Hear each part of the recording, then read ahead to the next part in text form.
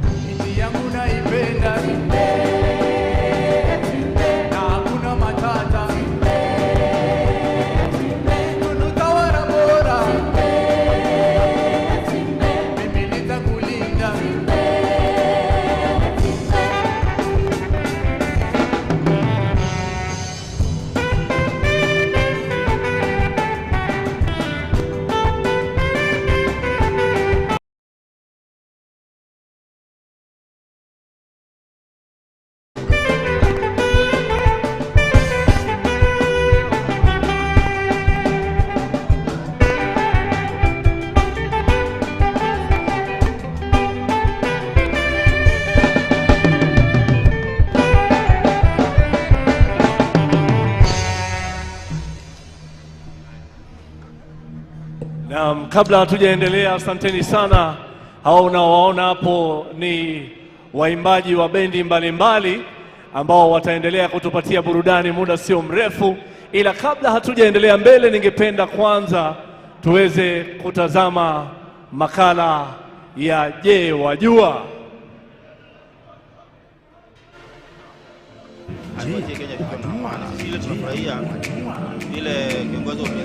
Wajua kuwa Rais Uhuru Kenyatta aliapa kipaumbele marekebisho ya kuboresha usalama wa taifa pindi tu alipochukua hatamu za uongozi.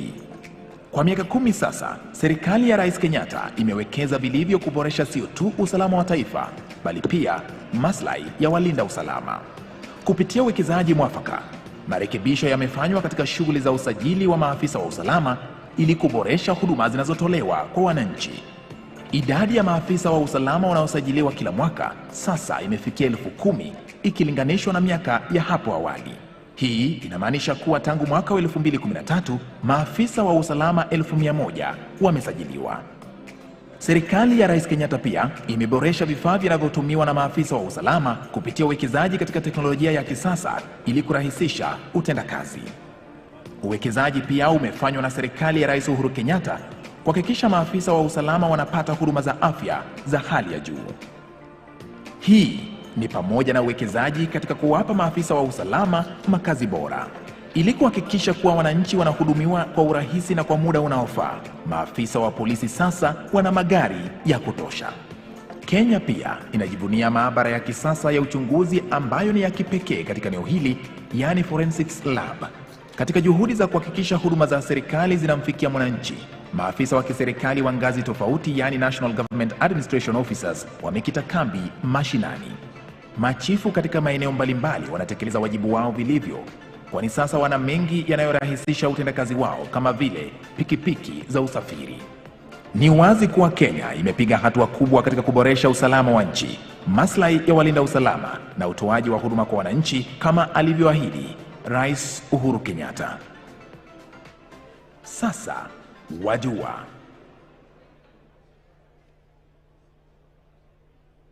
Naamini sasa kweli sote tunajua tunaweza tukaendelea na waimbaji wetu waendelee kutupatia burudani.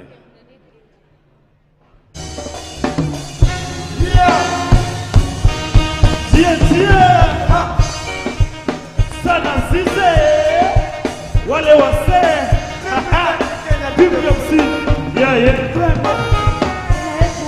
Kenya yetu on top, Kenya yangu on top. Kila kwere manto yako kwetu, Kenya kwa damu na mizizi walai. Tuko so blessed, kuna mbuga za wanyama, wachezaji Olunga na Victor Wanyama, Legend Ongare, Madhae, Daudi na kumsifu Mungu. Sina budi furahia nchi yetu kwa riempisa na wakilisha tajama tunimetatia. Kenya yetu on top, Kenya yangu on top, Kenya yetu on top, Kenya yangu on top. Yani mambo karibu kwetu pakitine jambo basi ngala mwaiwa bwana ametena imeso mwaiwa bwana Sawa TV Kiswahili keti huku Kenya kuna vitu bado hujacheki. Kama gani? Kama Saimara Amboseli na bado kuna mingi zenye bado mjazuru. Kenyon Kenyon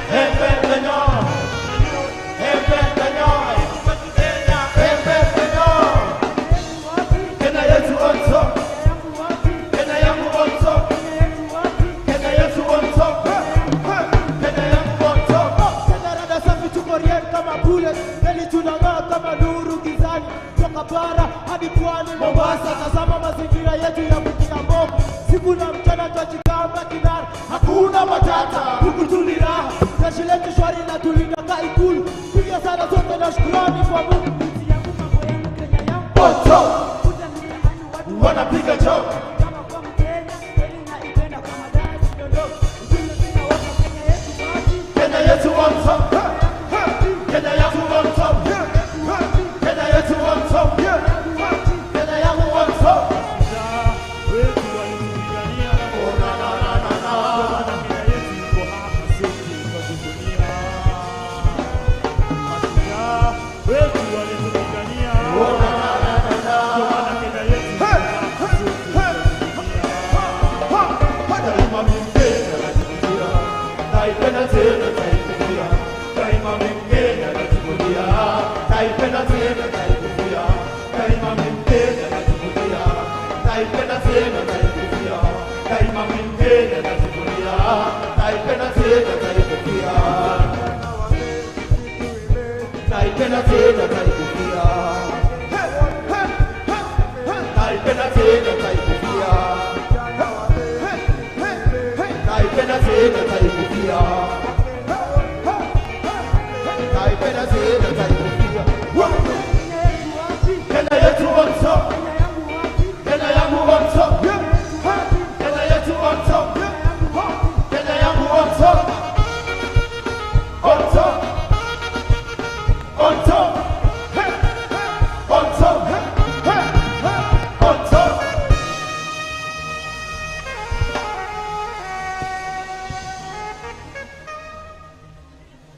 Tunaendelea kupata burudani na tunafurahi, bustani linaendelea kujaa, wananchi wameweza kujitokeza katika shughuli ya leo. Kumbuka maudhui ya mwaka huu ni pamoja tusonge mbele. Kwa sasa tuendelee na burudani.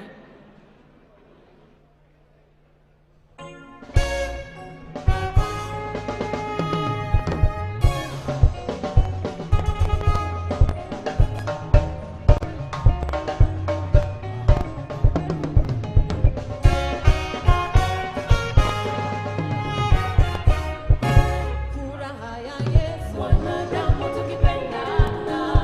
Furaha ya Yesu, sote tupendane.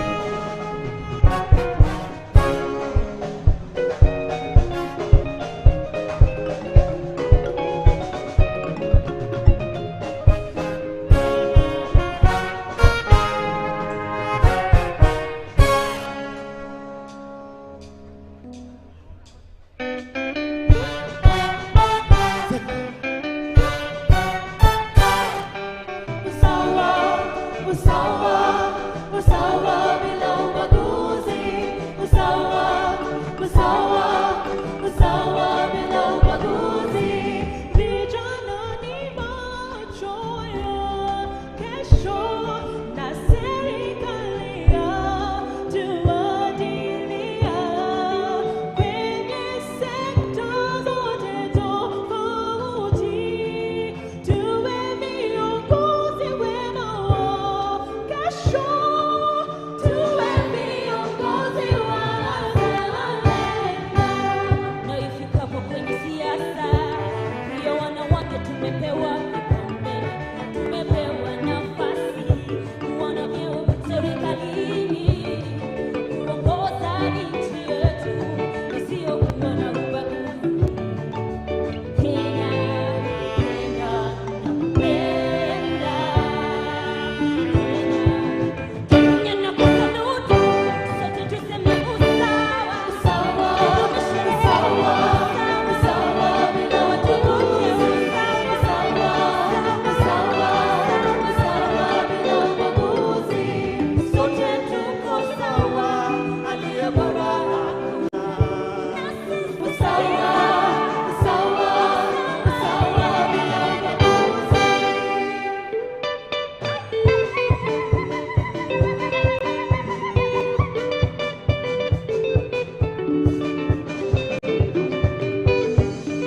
Shule zote, elimu kwetu ni bure, mashambani na mijini, taasisi zote ni bora. Wanawake tumesoma, asante. Wanaume wamesoma, asante. Watoto wanasoma, asante. Usawa kwa Wakenya.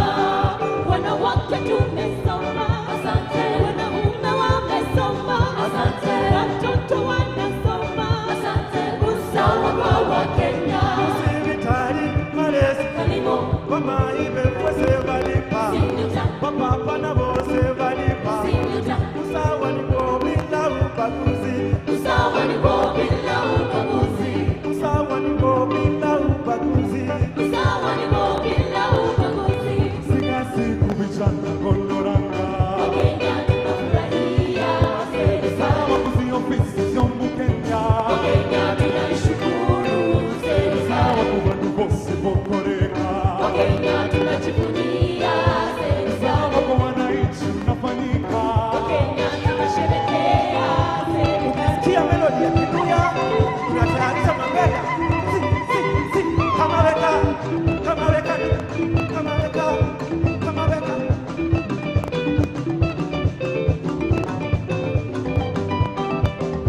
Kula sole ya wale pale.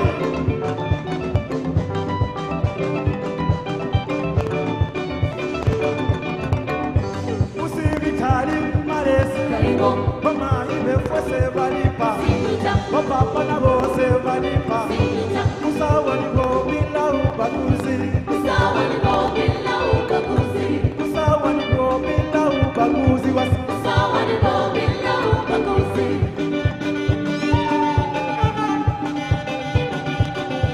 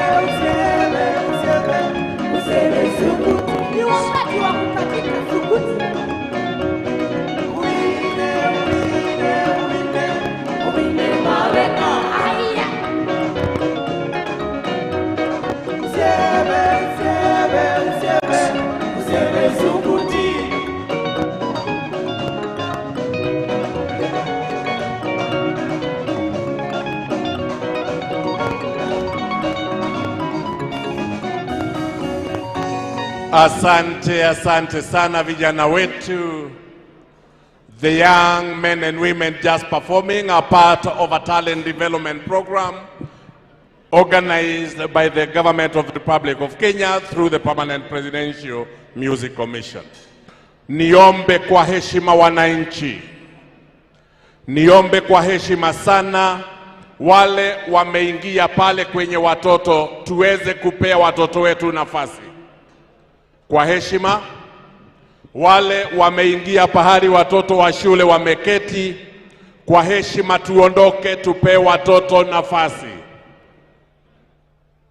Wananchi, kwa heshima. Looking at it right now, how does it feel and how does it give you as a leader now that you're saying it gives hope of the next generation? What I've seen from the outside, because I'm yet to get inside, it looks lovely. It is befitting. You remember the Uhuru Gardens is the equivalent of what in Zimbabwe they call the Heroes Acre.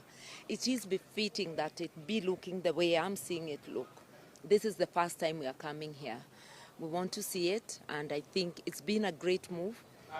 It is very good that the government thought of making this a place we can come and reflect. Because today is also a day of reflection. I want to thank you very much. It's time to go. Thank you so much. If you will not give it. Thank you. Well, thank you very much. That is a statement by Raila Odinga's running mate Martha Karua, as she says that this is an opportunity. Wale wameketi pali watoto wanatakiwa waketi kwa heshima. Niombe kwaya ya Ikulu pia tujitayarishe kuingia uwanjani. Succeeded to move our country from analog to digital broadcasting. Broadcasting in the country, about 200 radio stations and interactions that Kenyans have. And the other day, when we were struck by COVID-19, we were able to have meetings across the board because of the broadband footprint in the country, and all these are developments in Kenya as a result of digital migration. So, the 2 terms of Saudi under President Uhuru Kenyatta have been probably the most exciting time in my life. Yeah. You also chair the development committee, and would you say that President Kenyatta has kept his promise in terms of bringing development to the country and ensuring that all the manifesto and the promises made in the country, he has extended himself and galvanized his administration to provide services to the people of Kenya, and he has moved our country to a totally new level. I mean, our neighbors and everyone around is shocked about some of the things we're able to do as a country. It's just that as Kenyans sometimes we beat ourselves too much and so on. But truth be told, I mean, a whole lot of stuff has happened, and the country is way ahead of where it would have been if the president just kept the promise. My sister, we have had 20,000 new police officers in the country. Every year, we added 10,000 police officers into our force. For the 10 years, it's almost 100,000 police officers we have brought in. We moved the ratio from 1 police officer per population, 1 to 900, to 1 to 600. And then if you look at the special formations we have in the security sector right now, we are able to police our country very effectively. As I speak to you right now, the security sector has got 26,000 brand new vehicles moving around the country through the new vehicle leasing program. I can reach every part of the country because every county commissioner, every deputy county commissioner, and every administrator is able to move around.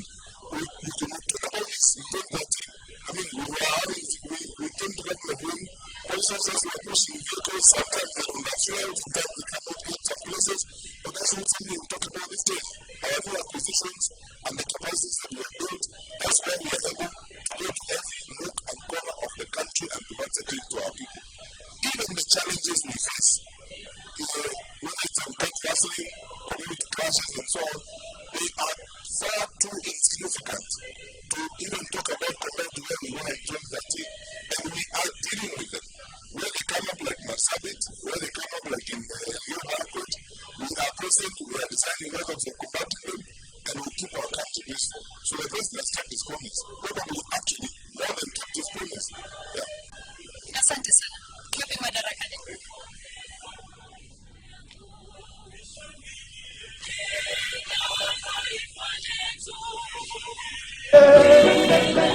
Nairobi City to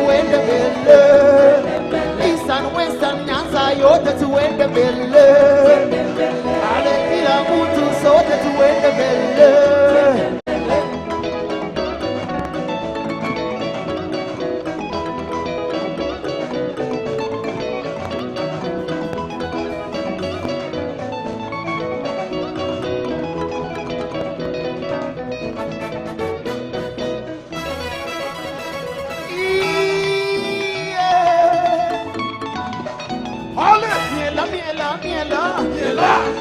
Adusa, cheza.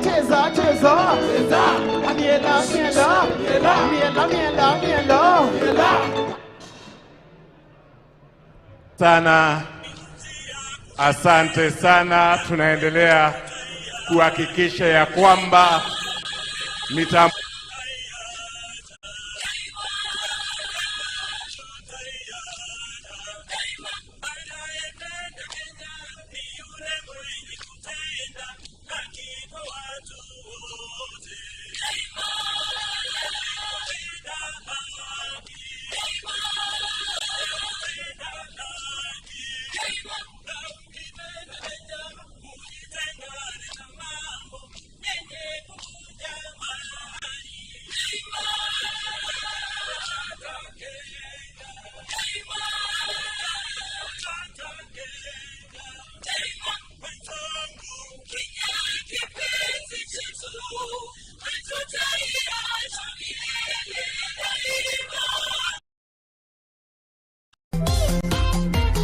ndipo tuwe tunajitayarisha kuingia.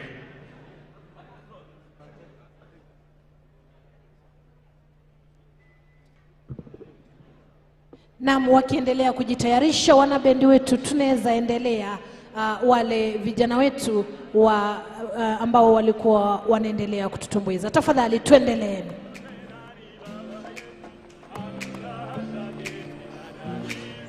Je, wajua kuwa tangu tujinyakulie uhuru, Kenya ilikuwa na muundo wa reli ambayo ilizeeka kiasi cha kumea magugu na kutotumika?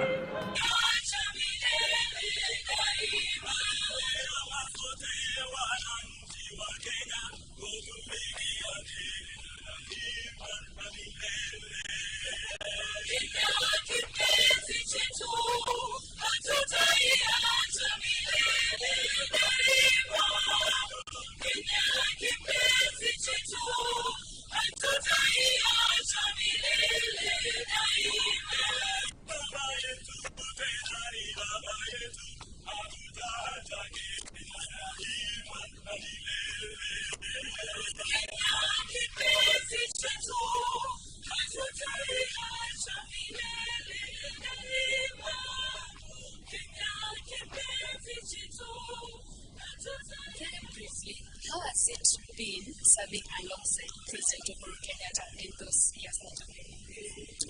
It has been wonderful, and I must say,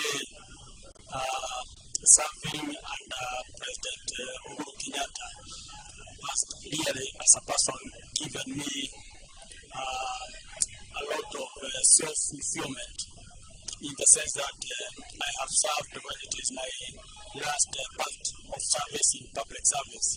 And my last 5 years with Uhuru Kenyatta, I must say, have been very, very, very fulfilling. It has really expanded my horizon on matters public. And I think in him I found the best mentor in my life, enhancing my management skills, institutional management skills. A very humble leader, team leader, through whom I have really learned a lot on how to handle public and also members of the public. His leadership style is such that he created an enabling environment for me as a manager, such that he will rarely interfere with your decision making, and he will leave you to make decisions, right decisions, without any kind of interference, but he is there to always guide you, and to encourage you. And in him, I must say, I have found somebody who has really been able to really make the best of myself in terms of managing this institution of State House. And having served under President Kenyatta's administration, what would you say are some of the major achievements that he has delivered to the Kenyan people? I must say, Kenya has been lucky in the sense that before Uhuru Kenyatta, there was very little in terms of infrastructure development. Very little was invested in it. And as you are aware, infrastructure is the biggest enabler. And the approach he has given is whereby every part of this country has benefited from one kind or the other of infrastructure, particularly the road infrastructure. And I think that has really opened this country, and it has created a lot of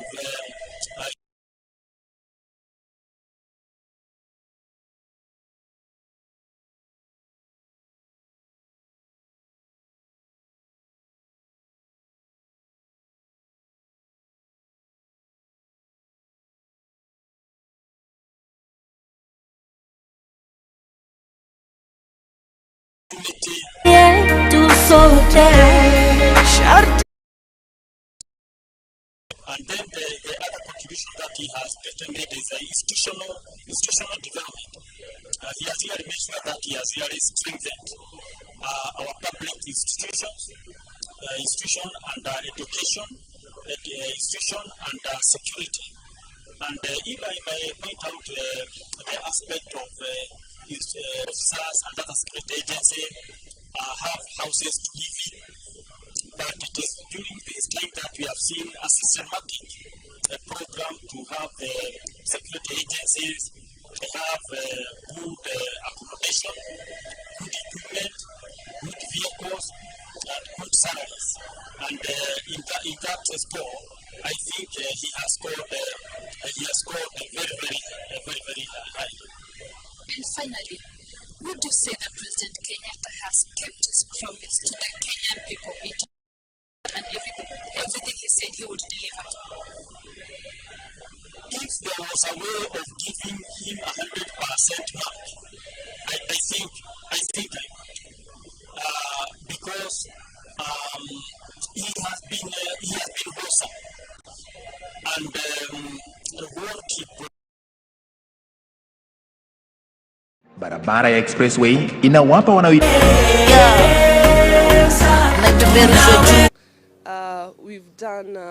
we've constructed more than 5 fire stations for Nairobi, and I hope ya Expressway. Kwa hakika, barabara ya Nairobi Expressway ni hazina kubwa kwa taifa la Kenya inayotarajiwa kuinua uchumi wa nchi hii kwa njia mbalimbali. Uwekezaji huu uliofanywa na serikali ya Rais Uhuru Kenyatta unazidi kuimarisha nafasi ya Kenya kama taifa linaloshuhudia maendeleo tofauti kutokana na muundo msingi bora.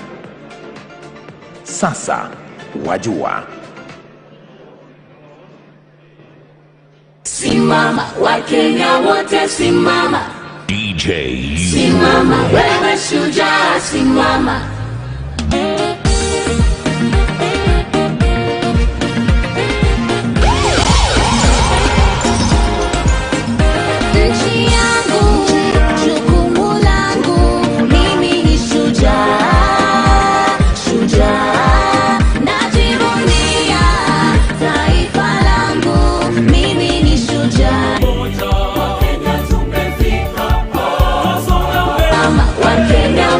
Simama, simama, wewe shujaa simama. Simama, Wakenya wote simama. Simama, wewe shujaa simama. Kenya yetu ni beautiful, mazingira mazuri, colorful. watu wonderful. From Kenya, I'm grateful. Moto wetu ndio nguvu yetu. Ni nguvu yetu. Toa heshima marafiki wati yetu. Amani yetu. Na kwa umoja tuungane, tusonge kwa pamoja. Tumetoka mbali, tunaenda mbali. Sote kwa pamoja. Jukumu langu mimi ni shujaa, shujaa. Najivunia taifa langu, mimi ni shujaa, shujaa. Simama, Wakenya wote simama, simama. Coming at this time is a reminder to us that we must exercise our right to self-determine and to choose and to make our political choices without any intimidation, without any state influence, but as Kenyans and using our conscience. That is what Madaraka Day means to me. Yes. What do you think is President Kenyatta's biggest achievement as he exits from power? I think President Kenyatta has a lot of achievements. If you look at the infrastructural development that we've had, just the ability to keep things calm. He's done more roads than before, electricity connections. All of that has been good, and those have been big projects. The only disconnect then that Kenyans might have is the issue of actual money in people's pockets. The cost of living has gone up. Unemployment is high. That is the only blot. But beyond that, I think you cannot compare the infrastructural development and the big projects that President Kenyatta has done to any other government that has been there before.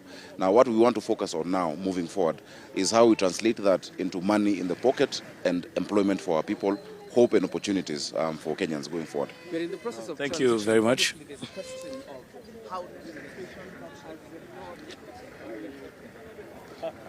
Well, also we do have the vice chairperson of the Jubilee government, the Jubilee party, Mr. David Murathe, and even as the boss comes in, just 1 minute, just to pick your mind on. Well, we can already see the.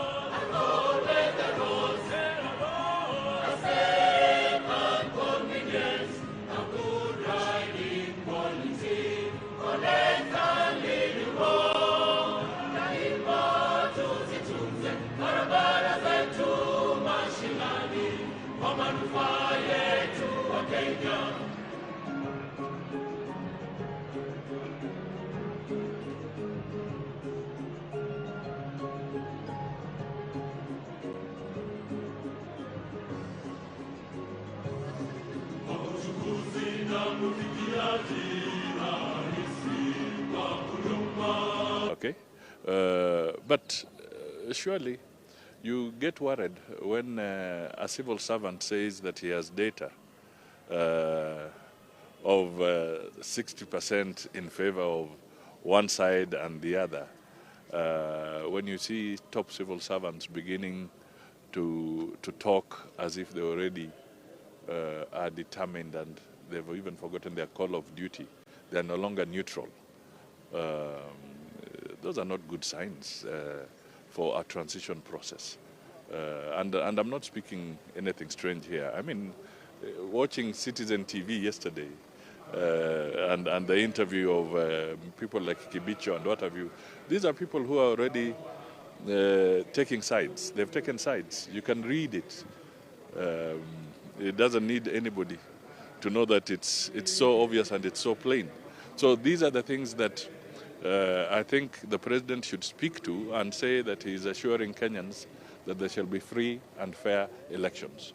The concerns that have been expressed by the IEBC, and they are also in the public domain, that people are finding that some of their names are...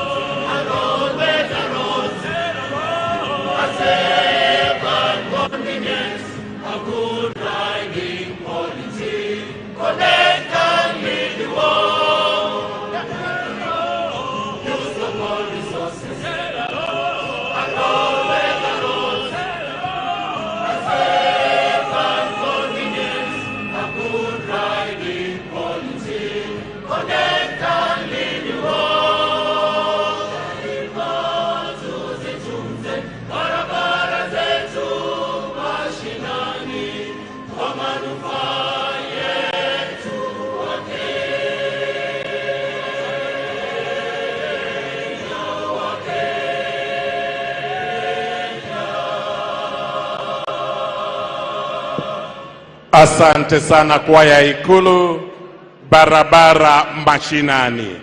Nitaomba tuwaongeze sauti tuweze kusikia nyimbo zao vyema wakati wanaendelea. Asante sana.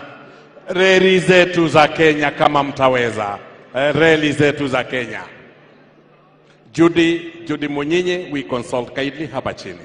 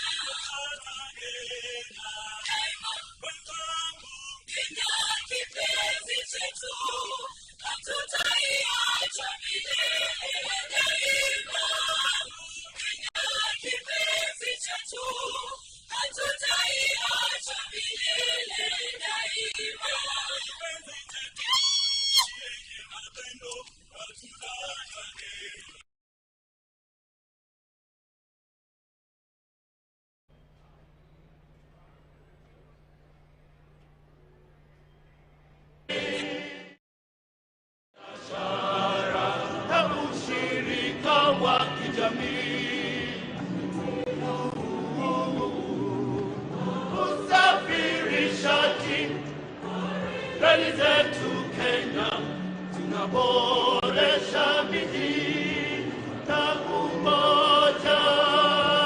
Jumuiya Afrika Mashariki zaimarika, tunafurahia, tumeamua kuzitumia daima kwa manufaa yetu sote. Zaimarika, tunafurahia, tumeamua kuzitumia daima kwa manufaa yetu sote. Railway transport system is efficient, safer, affordable, reliable and accessible. SGR and MGR. Asante sana kwa shangwe na vigelegele, wananchi wa Jamhuri ya Kenya. Tumkaribishe Mheshimiwa Julius Maada Bio, Rais wa Jamhuri ya Sierra Leone. Tumkaribishe kwa makofi Mheshimiwa Rais wa Sierra Leone na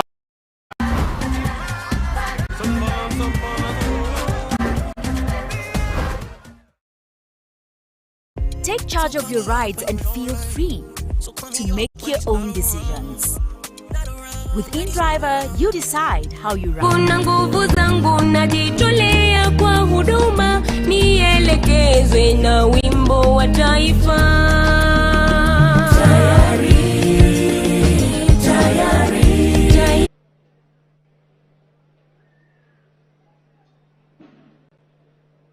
Tayari.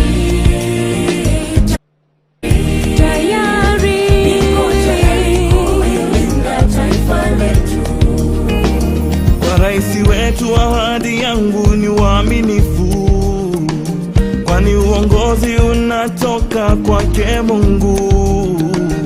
Uongozi bora na wenye hekima, msingi wake undugu, amani na umoja. Kwa raisi wetu, ahadi yangu ni uaminifu, kwani uongozi unatoka kwake.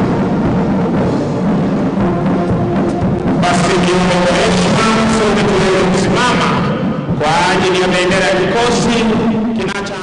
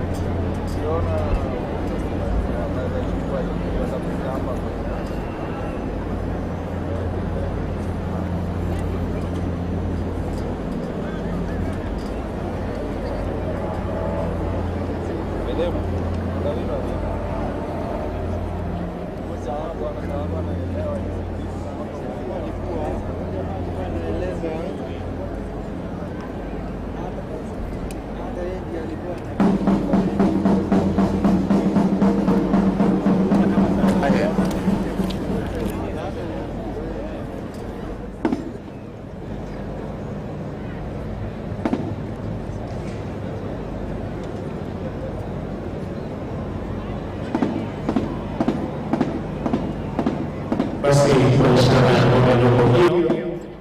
Wakuu wa vikundi mbalimbali sasa wakiingia ndani ya gwaride tayari kwa gwaride na kuweza kusimama mbele ya vikundi vyao pamoja na parade adjutant. Sasa wakiingia ndani ya gwaride tayari kwa gwaride na kuweza kusimama mbele ya vikundi vyao pamoja na parade adjutant.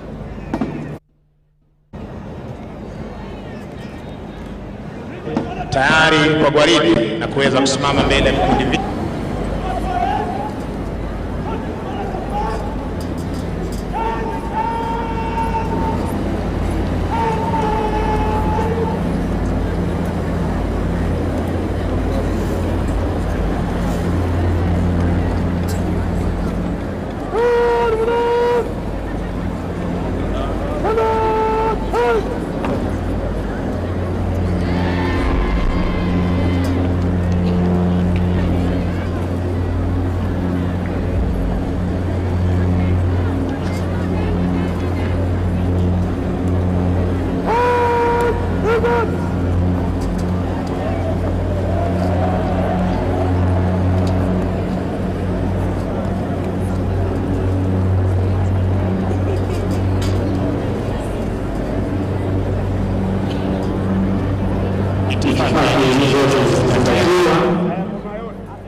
Wakenya wazalendo, karibuni leo tarehe mosi Juni kwa sherehe za mwaka huu za madaraka katika bustani hili la Uhuru na makavazi ya kitaifa.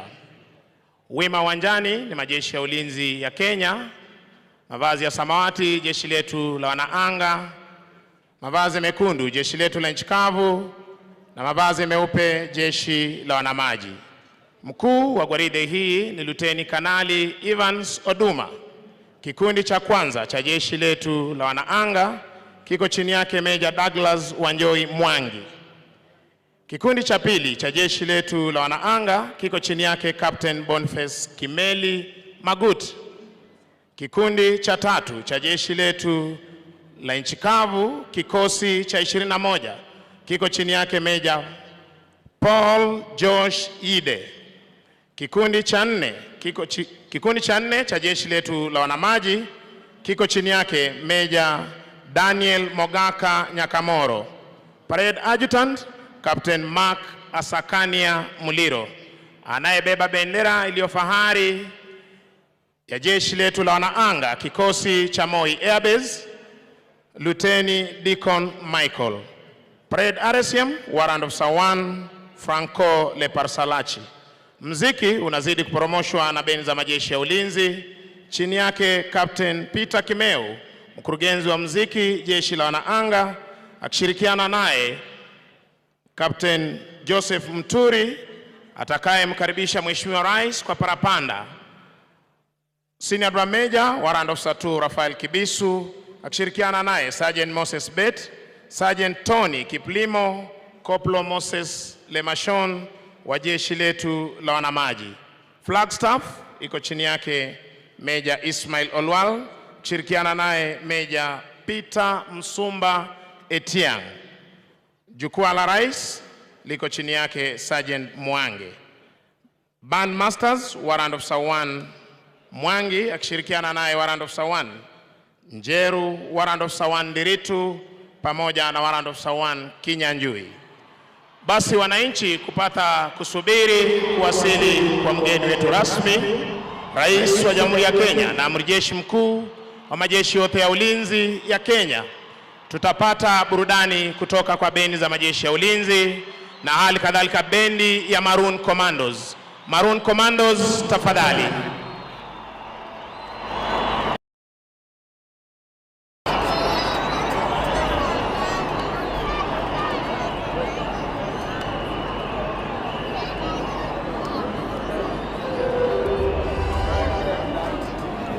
Basi Maroon Commandos wanapojitayarisha,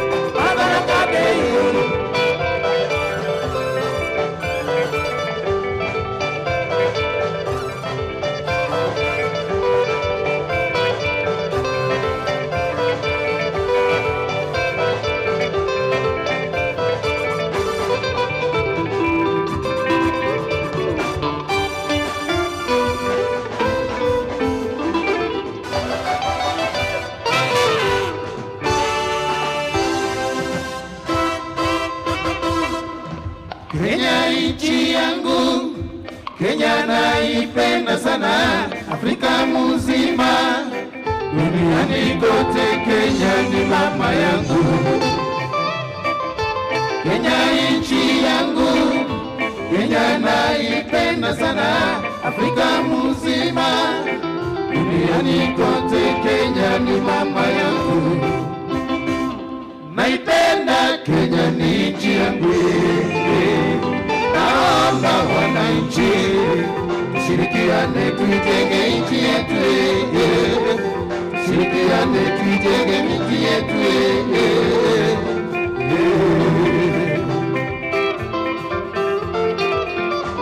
Viongozi wote wa nchi yetu, naomba kuendeleza Kenya yetu kimaendeleo, tutashinda kiuchumi na vilevile tutanufaika.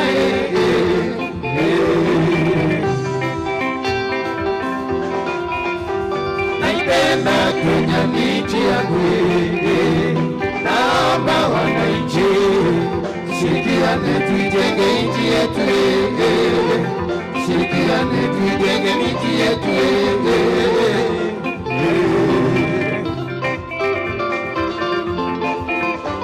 Viongozi wote wa nchi yetu, naomba kuendeleza Kenya yetu kimaendeleo, tutashinda kiuchumi na kilimo, tutanufaika.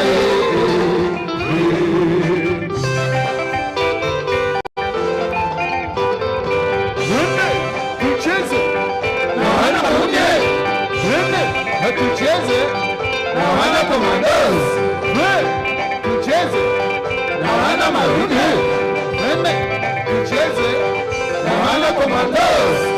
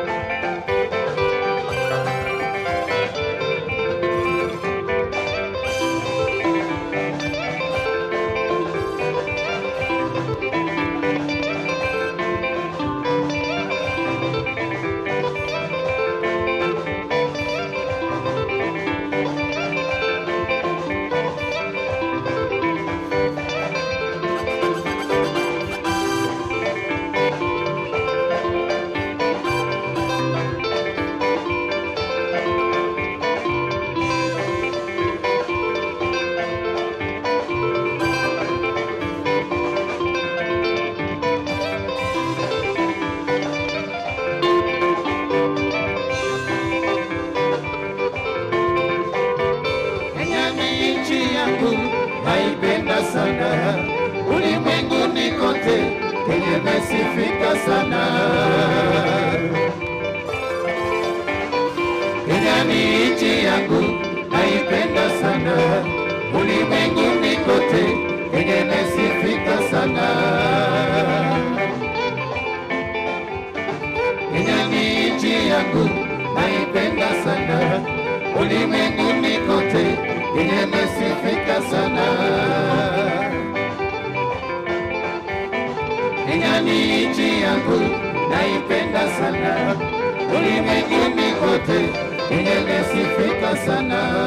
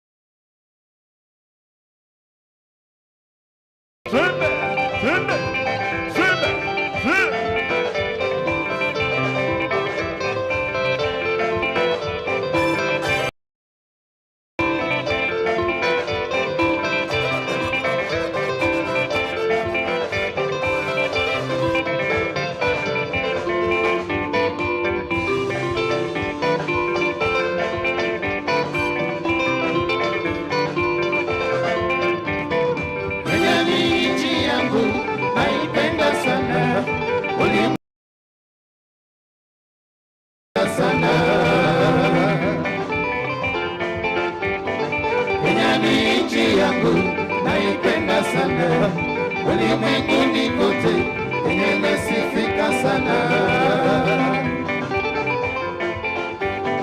Kenya ni nchi yangu, naipenda sana, ulimwenguni kote Kenya inasifika sana. Basi asante sana Maroon Commandos, kuzidi tu kuwakumbusha wananchi napozidi kusubiri kuwasili kwake Mheshimiwa Rais, tafadhali tuweze kutulia wakati parade commander atakuwa anatoa amri zake.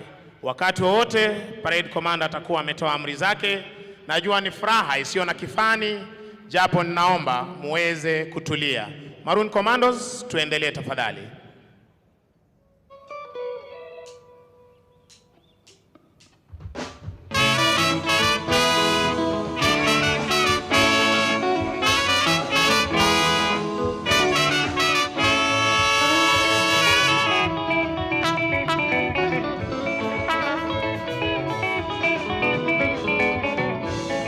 Nivunia ni mkubwa wa ujenzi wa taifa, kwani hicho kiini hasa kisababisha choja.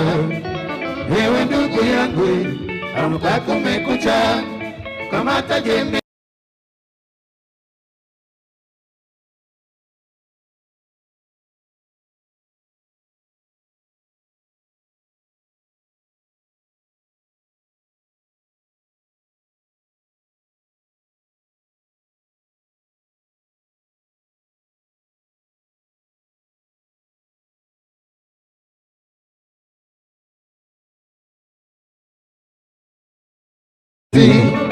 uvivu ni adui mkubwa wa ujenzi wa taifa.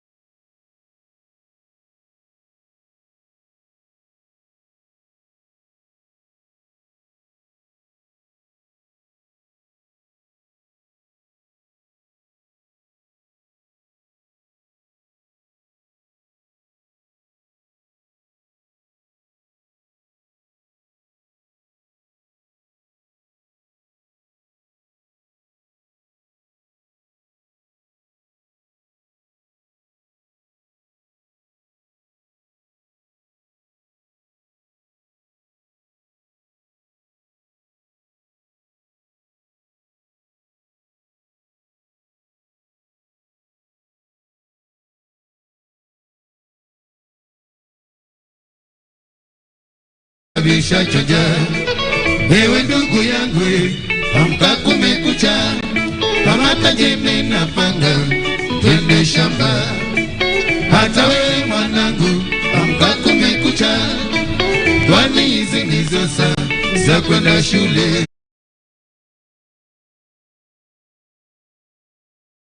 Taifa jiepushe na uvivu, tujenge taifa. Ndugu yangu kumekucha, amka uende shamba. Jiepushe na uvivu, tujenge taifa. Mwanangu kumekucha, amka uende shule.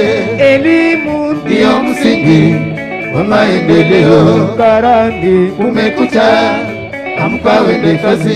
Jiepushe na uvivu, tujenge taifa. Uvivu ndio adui wa ujenzi wa taifa. Jiepushe na uvivu, tujenge taifa. Ndugu yangu kumekucha, amka uende shamba. Jiepushe na uvivu, tujenge taifa. Mwanangu kumekucha, amka uende shule. Hiyo elimu ndio msingi wa maendeleo. Barani kumekucha, amka uende kazi. Jiepushe na uvivu, tujenge taifa.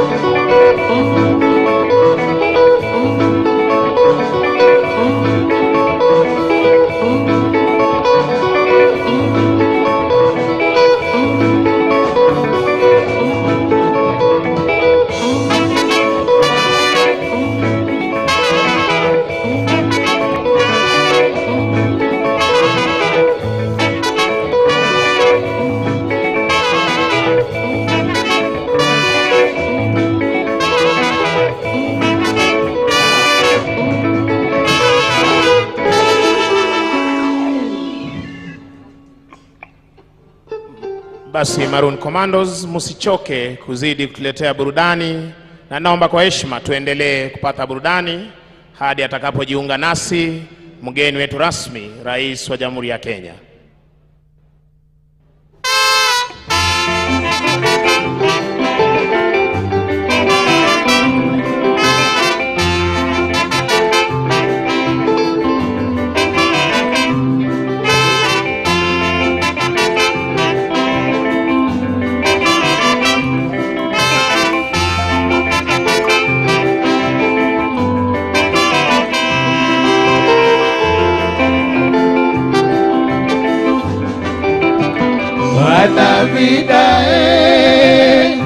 Vanavida na mrogo masinde isiante komana eri manyanga inyocha msingi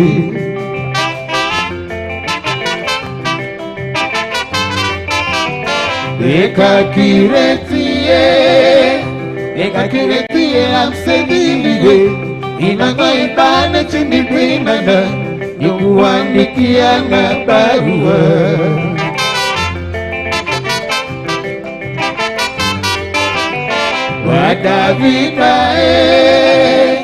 Vanavida na mrogo masinde isiante komana eri manyanga inyocha msingi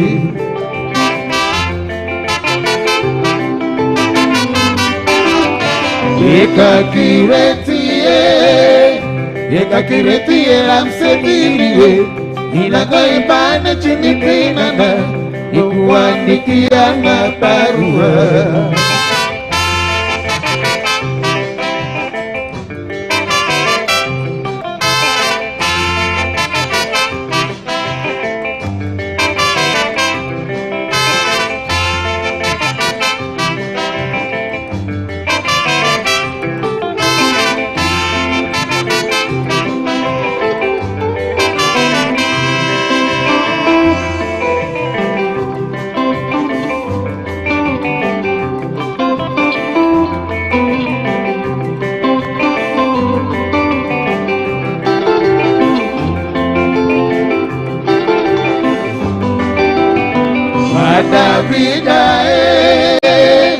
Vanavida na mrogo masinde isiante komana eri manyanga inyocha msingi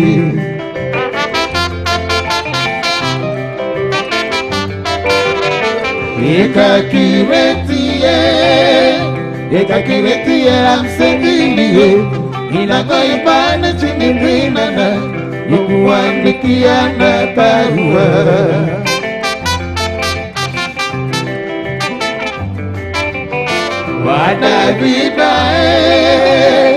Vanavida na mrogo masinde isiante komana eri manyanga inyocha msingi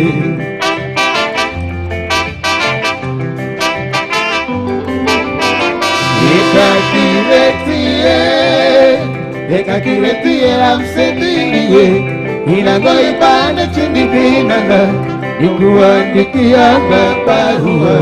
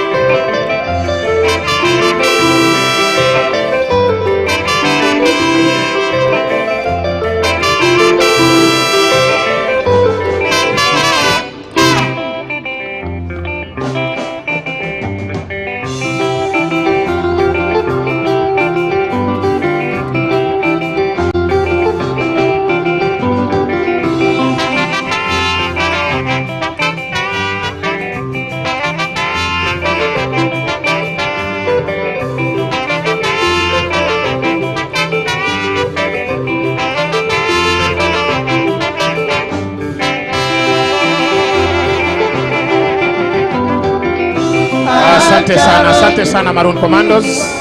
Asante Maroon Commandos. Asante. Thank you. Wananchi tutulie tafadhali, tutulie.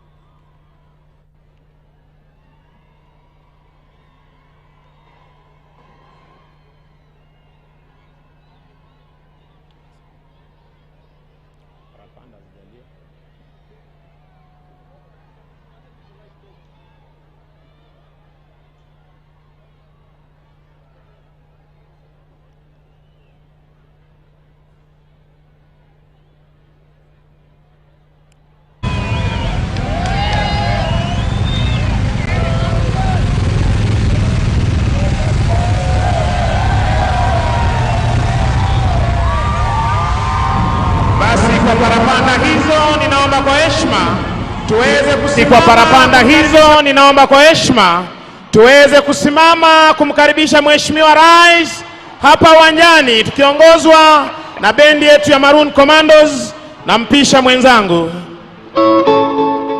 Tumkaribishe Mheshimiwa Rais kwa makofi. 1, 2. Karibu Mheshimiwa Rais, utuongoze kwa sherehe za madaraka mwaka huu 2022. Karibu, wapi shangwe na vigelegele? Wanafunzi tupeperushe bendera. Karibu Mheshimiwa Rais, makofi, makofi. Karibu Mheshimiwa Rais wa Jamhuri ya Kenya, utuongoze kwa sherehe za madaraka. Karibu Mheshimiwa Rais, makofi, wapi shangwe na vigelegele? Karibu Mheshimiwa Rais, karibu, makofi, makofi. Tumpatie Mheshimiwa Rais shangwe na vigelegele. Karibu, karibu Mheshimiwa Rais, utuongoze kwa sherehe za madaraka hapa gatuzi la Nairobi. Karibu, karibu wananchi, wapi shangwe na vigelegele? Karibu, karibu Mheshimiwa Rais, utuongoze kwa sherehe za madaraka mwaka huu wa 2022 hapa bustani la Uhuru. Wapi shangwe na vigelegele? Asanteni wananchi, makofi. 1, 2. Karibu Mheshimiwa Rais wa Jamhuri ya Kenya. Karibu, karibu hapa bustani la Uhuru, utuongoze kwa sherehe za madaraka mwaka huu wa 2022. Wapi shangwe na vigelegele kwa Mheshimiwa Rais? Karibu Mheshimiwa Rais, karibu, makofi. 1, Karibu. Karibu. Tumpungie Mheshimiwa Rais mikono. Wapi shangwe na vigelegele wananchi? Karibu. Karibu. Utuongoze kwa sherehe za madaraka. Karibu. Karibu. Mheshimiwa Rais. Karibu. Utuongoze kwa sherehe za madaraka. Karibu. Karibu. Wapi shangwe na vigelegele? Karibu. Makofi. Moja. Mbili. Tatu. Funga. Fungua. Asanteni sana, asanteni. Asante sana Maroon Commandos, asante Maroon Commandos. Niombe tubaki tukiwa tumesimama kwa wimbo wa taifa na wimbo wa Jumuiya ya Afrika Mashariki, na waliovalia kofia zisizo rasmi waweze kuzivua tafadhali.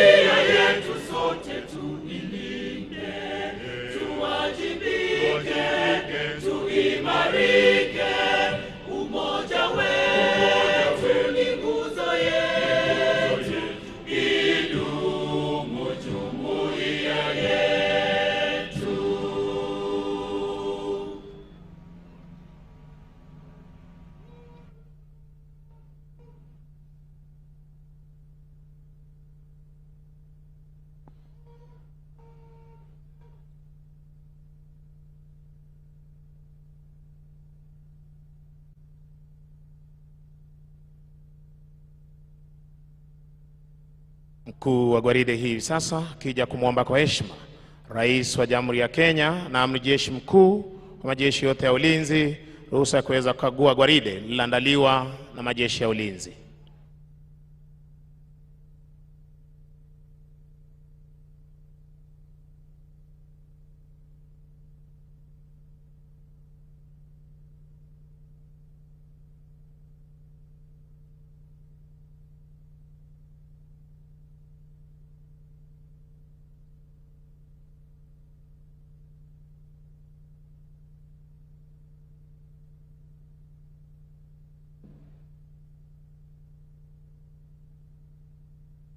Asanteni kwa heshima, tunaweza kuketi tafadhali.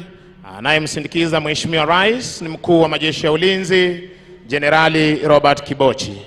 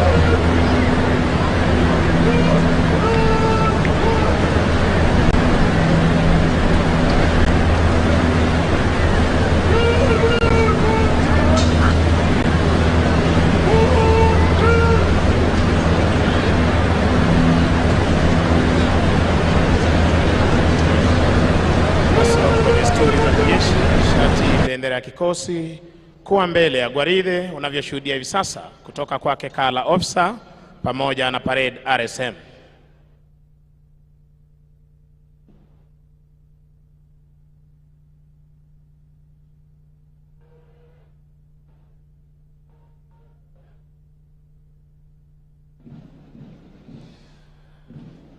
Basi Mheshimiwa Rais, kwa amri hiyo, wanajeshi hawa baada ya kuandaa gwaride la kufana wanaondoka hivi sasa uwanjani kupata kujiunga na wenzao kuzidi kudumisha ulinzi wa taifa letu la Kenya.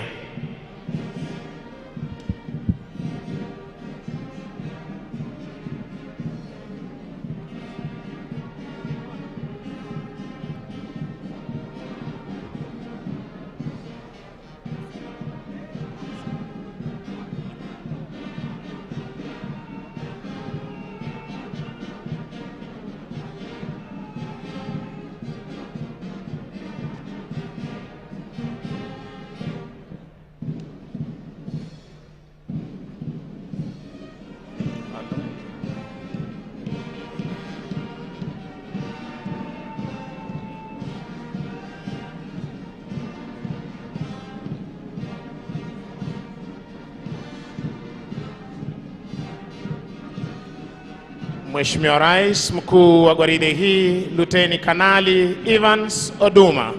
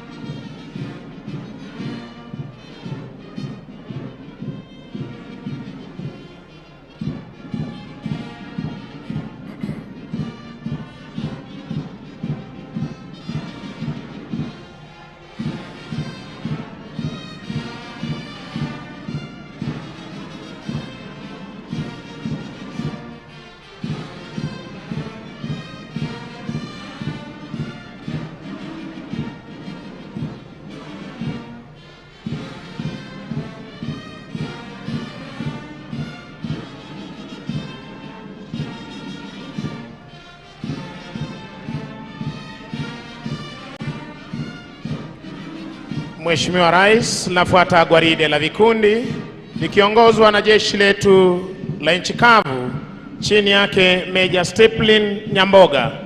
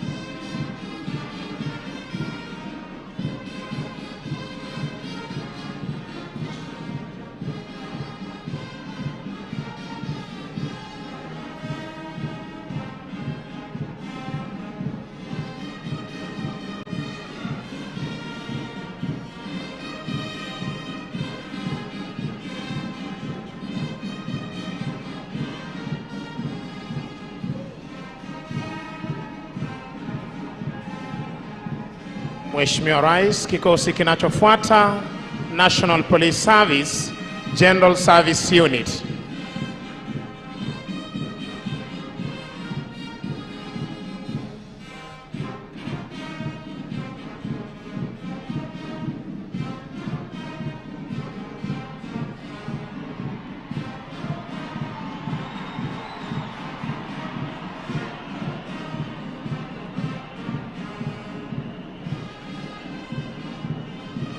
Kikosi hicho Administration Police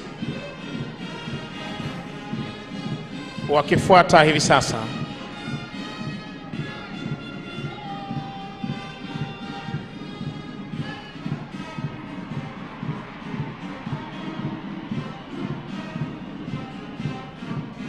Wanaofuata ni askari wa kupambana na wizi wa mifugo and stock theft unit.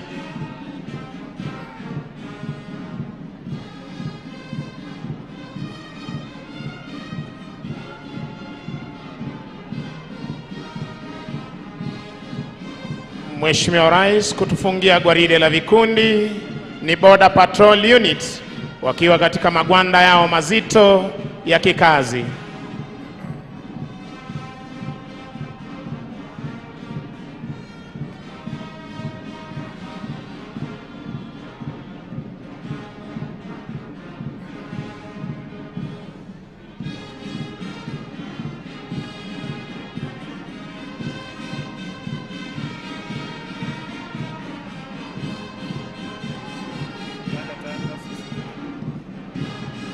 Mheshimiwa Rais, linafuata sasa onyesho ya baadhi ya zana za kivita ambazo tunazitumia katika ulinzi wa taifa, na kwa mengi zaidi nitampisha Meja Alex Hinga aweze kuendelea.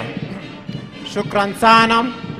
Mheshimiwa Rais, mabibi na mabwana, baada ya matembezi ya gwaride hilo, yanaanza sasa maonyesho ya zana za vita wanazozitumia wanajeshi kufanikisha operesheni tofauti.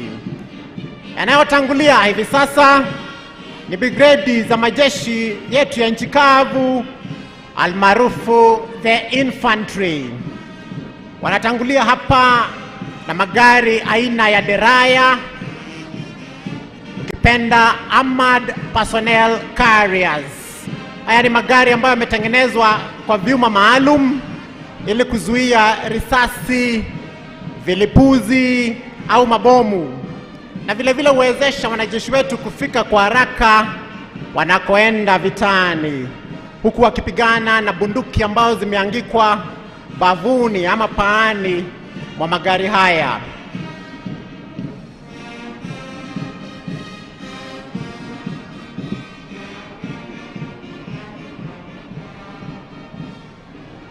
Nyuma ya magari haya kuna magari maalum ya kubebea mizinga inayojulikana kama 81mm mortars, ambayo inawezesha wanajeshi wa infantry kupigana wakitumia mabomu kukabiliana na adui.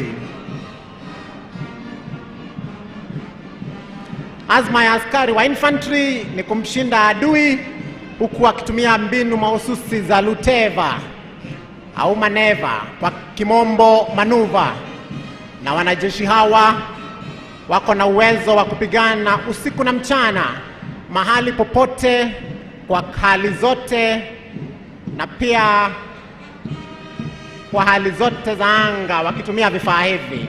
Wanafuatiwa na vikosi vya operesheni spesheli, the Army Special Operations Battalion, the Army Special Operations Brigade, na pia wako na Special Forces. Wao vile vile wako na magari aina ya deraya ambayo huwawezesha kupigana pande zote mduara wakitumia machine gun ambayo iko kwenye magari haya.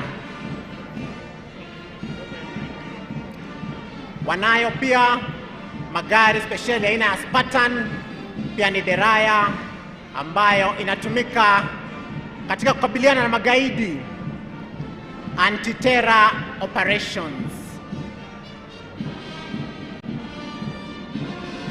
Wanajeshi hawa wamepata mafunzo maalum ya kuwezesha kupigana vitani, hewani na pia baharini. Vinavyofuata sasa, Mheshimiwa Rais, ni vikosi vya vifaru, the Armored Brigade. Wako na vifaru za operesheni za upelelezi, ukipenda Armored Reconnaissance, ambazo huwezesha kupata habari muhimu ili kufanikisha mapigano. Kwa karibu zimefuatiwa na vifaru vikuu, the main battle tank, ambayo kimsingi hutumiwa kuangamiza vifaru vya adui na pia kuwakinga askari wa miguu dhidi ya risasi na mabomu vita vinapoendelea. Wana vifaru husema vifaru viko na shock action, kumpa adui mshtuko na kumlazimu kusalimu amri, kauli mbiu yao ikiwa together we punch.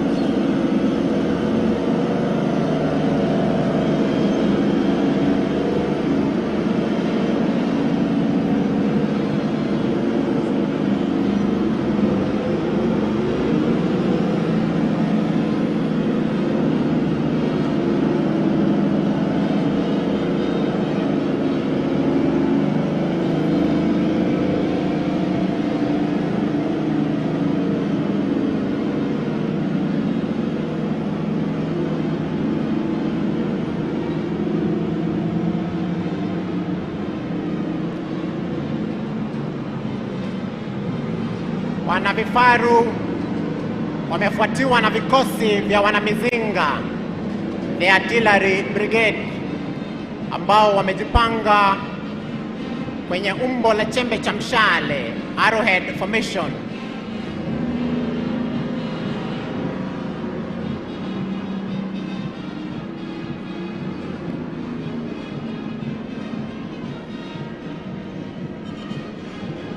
Wako na mizinga ya 105mm field artillery gun,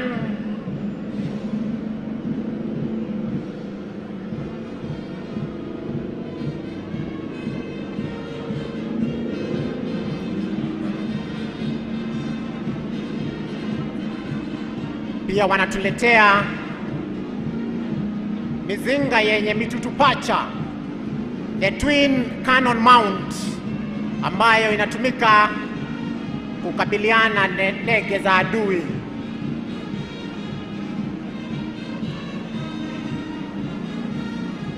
Inayopita hivi sasa ni the 105mm artillery gun.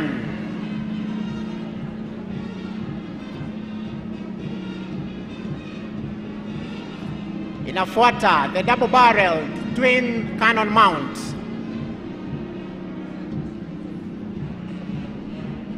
Na nyuma yake pana mzinga mzito unaojulikana kama 155 self-propelled, self-loading 8x8 artillery gun. La msingi kuhusu wana mizinga ni kwamba wanapigana na adui kwa makombora mazito mazito ili kuwezesha wanajeshi wengine kukabiliana na adui, the Artillery Brigade, ukipenda the gunners.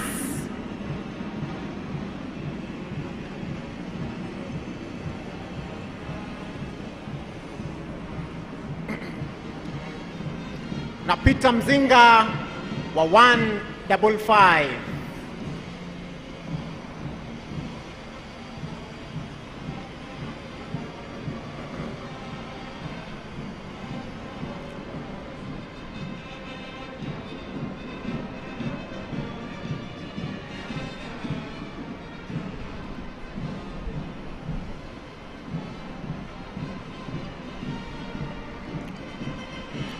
na wako pale na gari lao la ukombozi iwapo hitilafu yote itatokea na ule mzinga.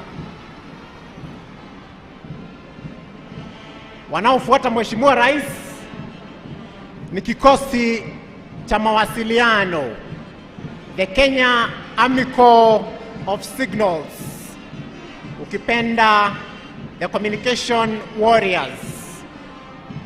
Mawasiliano, Mheshimiwa Rais, ni nguzo muhimu kufanikisha vita, na wana mawasiliano wanahakikisha kwamba makamanda wa vita wanawasiliana kwa nyenzo zilizo salama dhidi ya upekuzi wa adui na hivyo kufanikisha operesheni.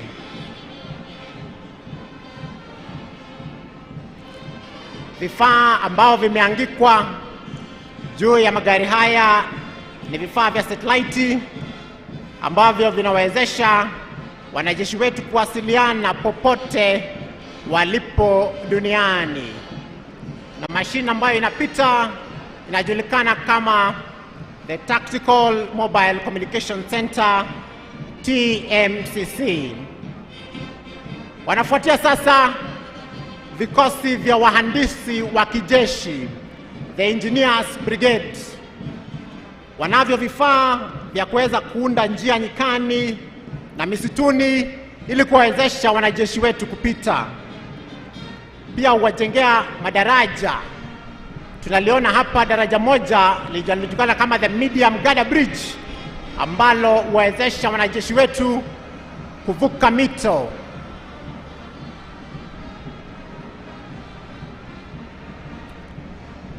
Wahandisi wa kijeshi, the engineers, pia hutatiza mwendo wa adui kwa kutega vizuizi. Wao pia huwaundia wanajeshi wetu mahandaki ya kujikinga dhidi ya mashambulizi ya adui, na pia wasaidia wananchi kwa kuwaundia vitu kama mabwawa, kuwachimbia maji, visima, na pia husika kikamilifu katika kuokoa maisha patokeapo majanga.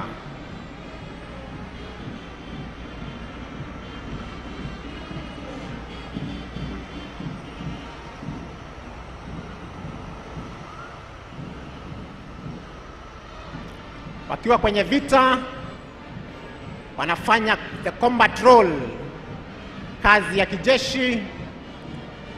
Wakiwa nyumbani wakati ya utulivu ama peace time, then wanafanya ile wanasema kwa kimombo civil military cooperation, kusaidia katika ujenzi wa taifa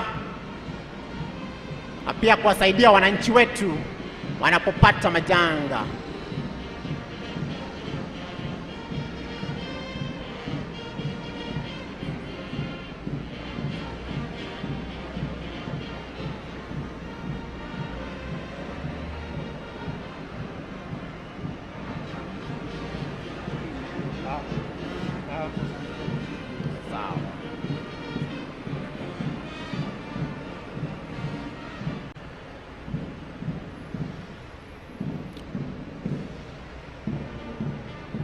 Niona ikipita gari spesheli ya kuchimbia maji inayotumika na wahandisi hawa katika kuchimbia wanajeshi maji na pia wananchi mahali kwenye sehemu kavu.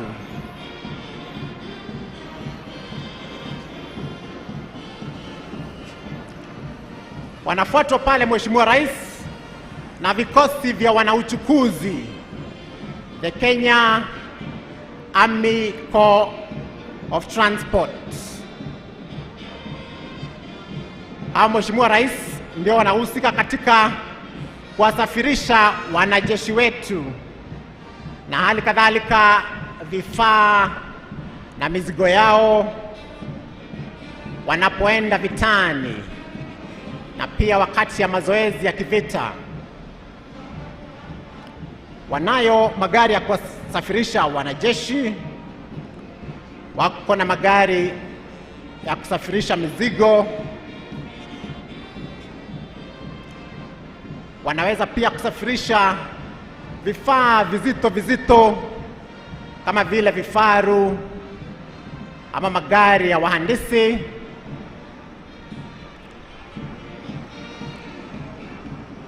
Kauli mbiu yao ikiwa we move the army, tunalisafirisha jeshi, na mara nyingi hutukumbusha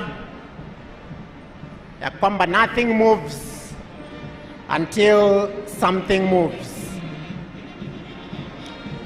Wanafuata hapa sasa Mheshimiwa Rais na vikosi vya wahandisi wa umeme na mitambo, the Kenya Army Corps of Electrical and Mechanical Engineers. Hawa husaidia kukarabati vifaa vya kijeshi ili kuhakikisha kwamba wakati wowote ziko katika hali shwari ya kazi,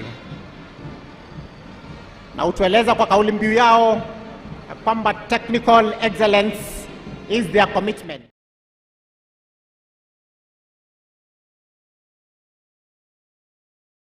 Hawa ndio hapa wanajeshi wetu chakula, risasi, mavazi, na pia wako na magari muhimu ya kuharibu makombora yaliyotegwa. Wako na electronic ordnance disposal vehicles. Tunaona mmoja pale ikipita ambaye yuko na wahandisi speciali wa kuvipata na kuvilipua vilipuzi vile, including IEDs.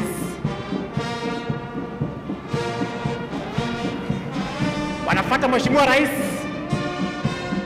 matabibu wa kijeshi, the Kenya Army Medical Corps, wakiletea deraya ama Armored Personnel Carrier Ambulance. Matibabu wetu wapo wanajeshi wetu matibabu, na pia wafunza wanajeshi kutoa huduma ya kwanza ili kuwasaidia wenzao. Wako pia na mobile theater nawezesha huduma ya surgery kutolewa wakati ya vita.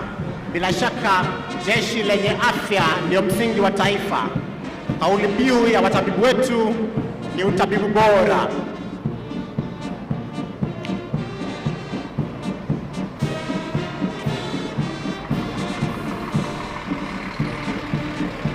Wanafuatiwa sasa Mheshimiwa Rais na vikosi vya kudhibiti majanga, the Disaster Response Battalion, ambao husaidia wananchi majanga yanapotokea kama vile kubomoka kwa manyumba, ajali za barabarani, mafuriko, mioto na kadhalika. Wako pia na magari speciali ya kudhibiti hazardous material kama na kadhalika. Pia na magari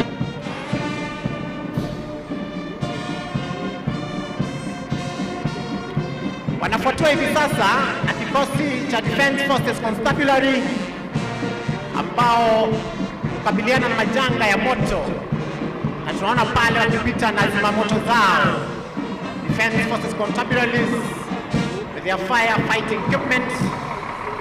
Na pia kuna gari speciali inayotumika wakati wa majanga ili kutoa huduma ya kwanza na pia huduma ya kisaikolojia, kuhakikisha kwamba watu wanapona tu, sio kiwiliwili tu, bali pia wanapata tulizo la akili. Mheshimiwa Rais, sio kawaida kuona wanajeshi wetu wa majini, the Kenya Navy, wakitembea, lakini leo tunawapata wanatembea hapa ardhini wakiletea mashua aina ya Zodiac. Pia wako na mashua aina ya M-Shark, na pia wako na mashua ya Milpro. Wanajeshi hawa hutumia mashua hizi kuhakikisha kwamba bahari zetu ziko salama. Tunaona pale wapiga mbizi, the deep sea divers, ambao husaidia katika kuokoa maisha wakati tunapata majanga ya baharini.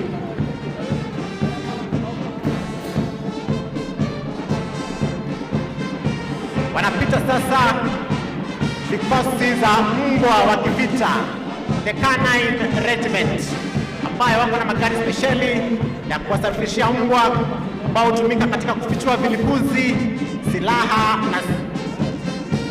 na pia risasi walipozificha magaidi, kauli mbiu yao ikiwa agility and precision. Mwisho, kikosi cha polisi wa kijeshi, the Military Police Corps, kitengo cha Provost Protection Unit, ambao hudumisha nidhamu jeshini na vile vile wachunga watu mashuhuri, kauli mbiu yao ikiwa by example shall we lead. Na hapo tunatamatisha. Mheshimiwa Rais, nampisha mwenzangu aweze kuendelea. Mheshimiwa Rais, mbele ya jukwaa na zinapita pale kulia ni ndege za jeshi letu la wanahewa. Kikundi cha kwanza ambacho kimekushapita kilikuwa ni cha ndege aina ya Grob, ndege zinazotumika kuwapa marubani wetu mafunzo kiwango cha msingi, basic trainer. Hivi sasa zinapita ndege ikiongoza pale katikati, ndege aina ya Y12, kushoto kulia ikisindikizwa na ndege aina ya Skytrack. Ndege hizi ni za uchukuzi, hubeba wanajeshi kutoka sehemu moja hadi nyingine. Katikati ndege ya Y12, kushoto kulia ndege aina ya Skytrack. Kikundi cha tatu kinaingia hivi sasa kikiongozwa na ndege aina ya Dash 8, kushoto kulia ikisindikizwa na ndege aina ya Spartan.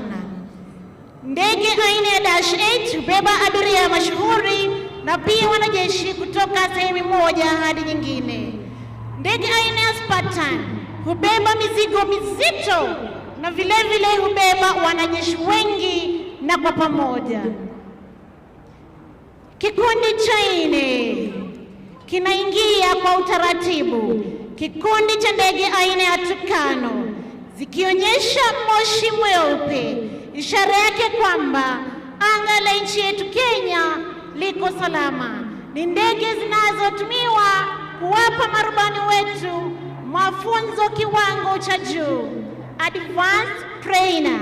Ni ndege aina ya Tucano. Hivi sasa, Mheshimiwa Rais, zinafuata ndege zetu za kivita, ndege aina ya F5. Desturi yake mwendo wa kasi. Tazama zinavyoingia katika arrowhead formation. Kwa maridadi, tazama mwendo wa kasi. Tafadhali tuwapigie marubani wetu makofi.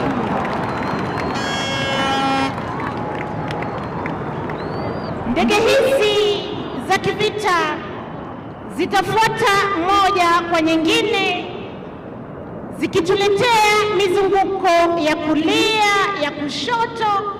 Tutaona wakiweza kupaa juu hata zaidi, kuonyesha jinsi ndege hizi hukabiliana na adui kule angani na pia ardhini. Marubani wetu wakiwa wamehitimu kiwango cha juu zaidi, hivyo wana ujuzi usiokithiri angani. Ni ndege zetu aina ya F5. Inakuja ndege ya kwanza, tazama, inakuja kisha paa juu, ni katika vertical roll. Tumpe makofi, bali wetu changilie. Ndege ya pili vile vile inaingia mwendo wa kasi. Tazama vile atafanya, paa juu zaidi, kisha anarudi alipotoka. Ndege ya tatu vile vile paa juu, mizunguko ya kushoto. Ndege ya nne inapaa juu zaidi na kurudi alipotoka. Tuzidi kushangilia marubani wetu. Inaingia ndege ya tano. Tazama anavyopinda kulia kushoto, mwendo ukiwa wa kasi. Zinakuja kuja ndege hizi kutufungia onyesho lao kwa pamoja, kisha kila moja kuelekea njia yake. Kwa heshima tuwape makofi marubani wetu. Kinafuata ni kikundi cha ndege aina ya Tucano kwa mara ya pili.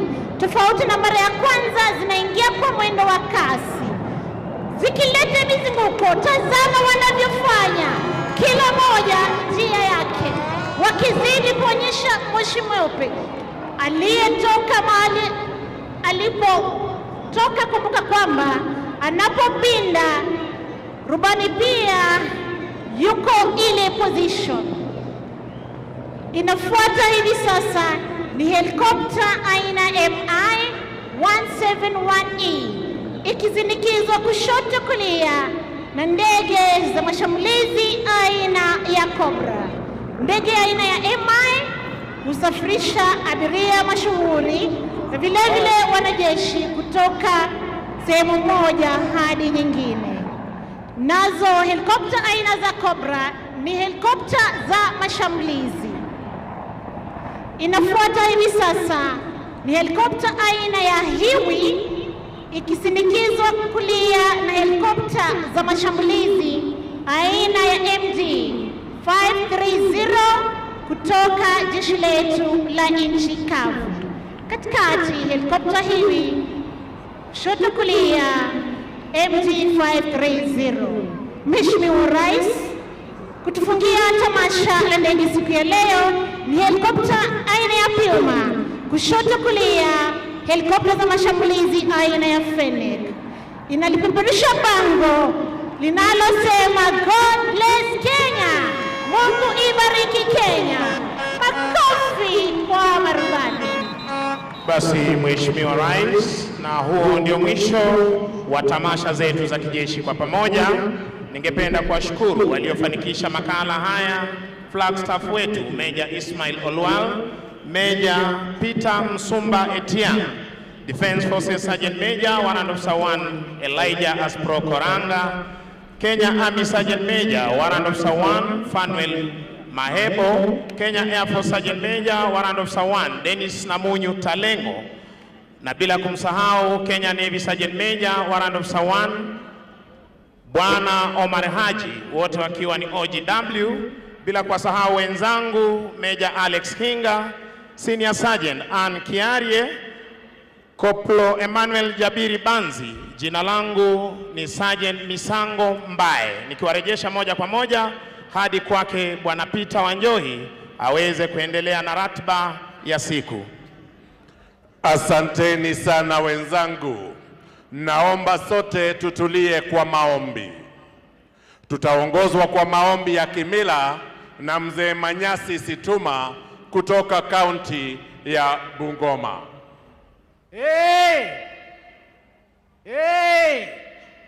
Ewe papa kakaba wakabali kurunelio wakabumbuye bumbira mbumbu alama ekeke kamaya ewe sokhirwa tawe papa kobisa bino kusabira oyo werukos odi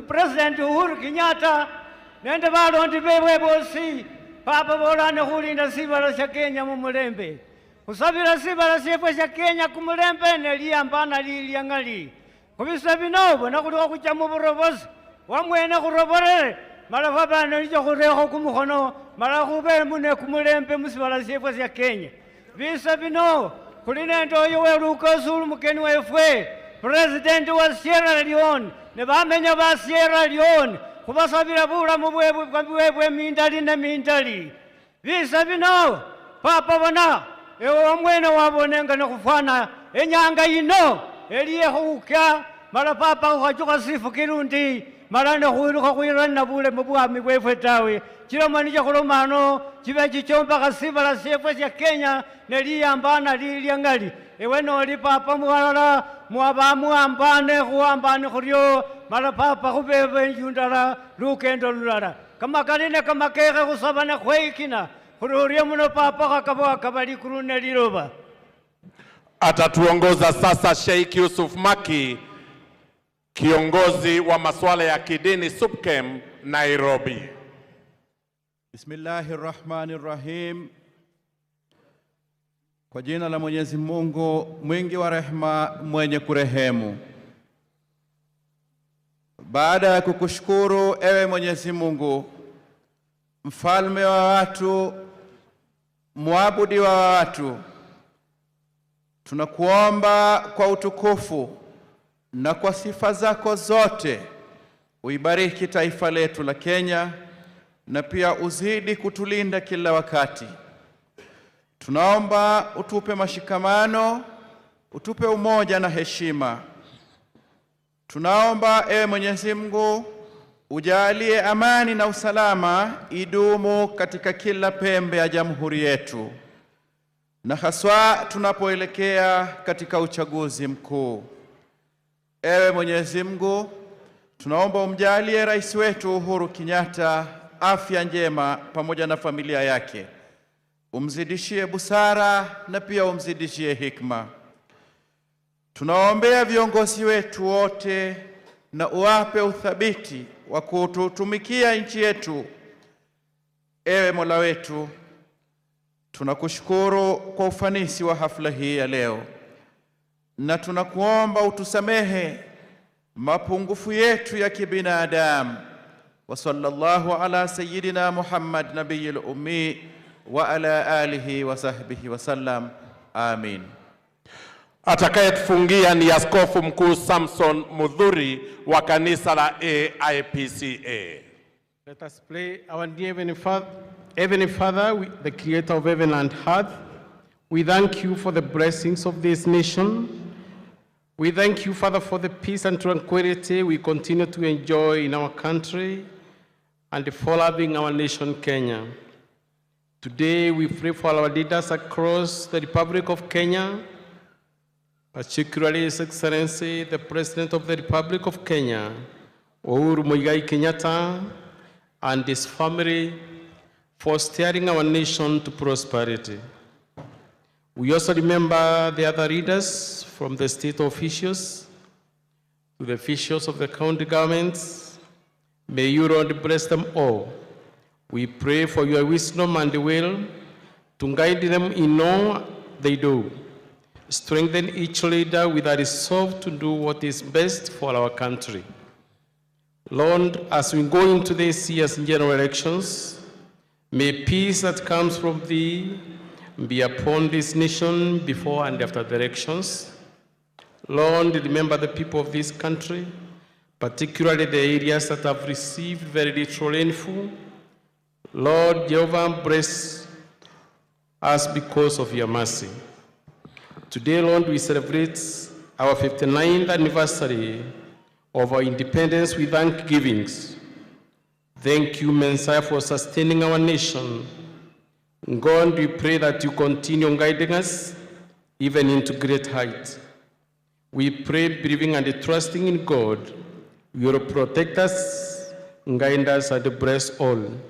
In the name of the Father, the Son, and the Holy Spirit. May we say amen. Asante Askofu. Mheshimiwa Uhuru Kenyatta, Rais wa Jamhuri ya Kenya na Amiri Jeshi Mkuu wa Majeshi ya Ulinzi. Mheshimiwa Julius Maada Bio, Rais wa Jamhuri ya Sierra Leone. Wananchi wa Jamhuri tuipendewe ya Kenya, mabibi na mabwana. Mheshimiwa Rais, kwa niaba ya kamati ya andalizi ya sherehe za kitaifa, naomba ruhusa yako tuweze kuandalia burudani fupi. Nitawaalika wenzangu Willy M. Tuva wa Radio Citizen na dada Masawe Japani wa Radio Jambo watuongoze kwenye ratiba hii. Karibuni.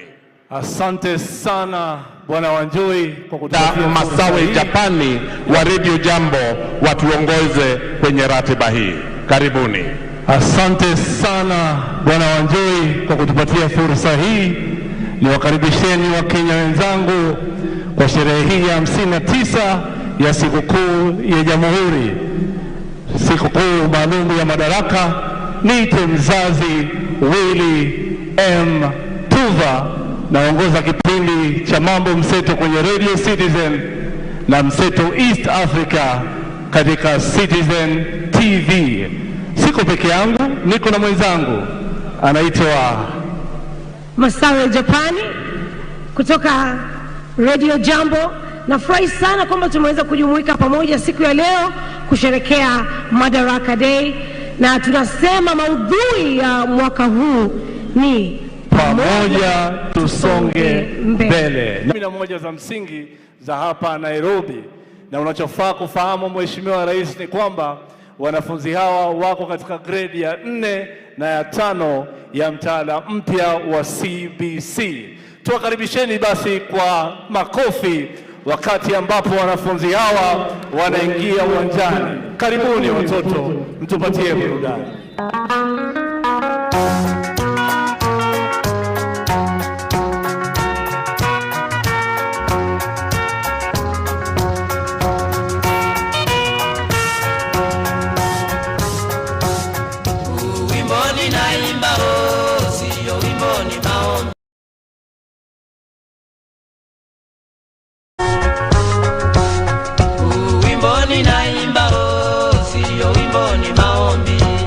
Nikiomba Mwenyezi Mungu aibariki Kenya yangu, kwa jina la Baba na la Mwana, amina. Kwa jina la Baba na la Mwana, Roho Mtakatifu, amina. Ewe Kenya nchi yangu, ewe Kenya baba yangu, ewe Kenya mama yangu, sitakuwa upate uhuru bado jamhuri. Wazalendo, uadilifu na usawa, Boboro Kenya. Kenya, nchi yangu, Kenya, kipenzi changu, shida ya kulinda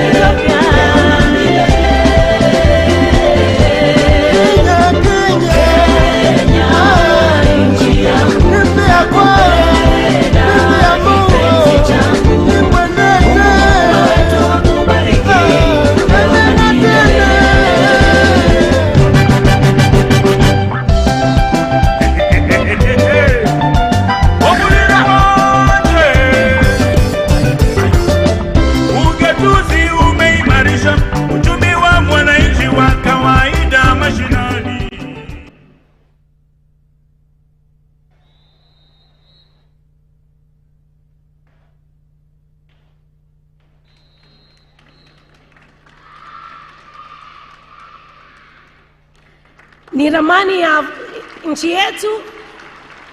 Tuwapigie makofi tafadhali.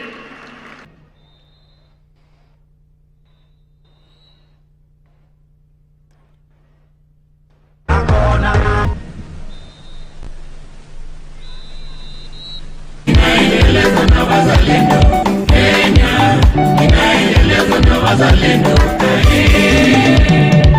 Usidokum kora chako kan gimora wero rais, jatelo tich neni chako kaporitin tinga mariek, itiyo matek tinga mang'uon, ikonyo jo Kenya, ikelo amani, iriwo jo Kenya, Madaraka wayiego, jo Kenya wacho niya, Uhuru tosa, Uhuru inie rais, Uhuru inie rais, Kenyatta inie kiongozi, Kenyatta inie kiongozi mochweyo.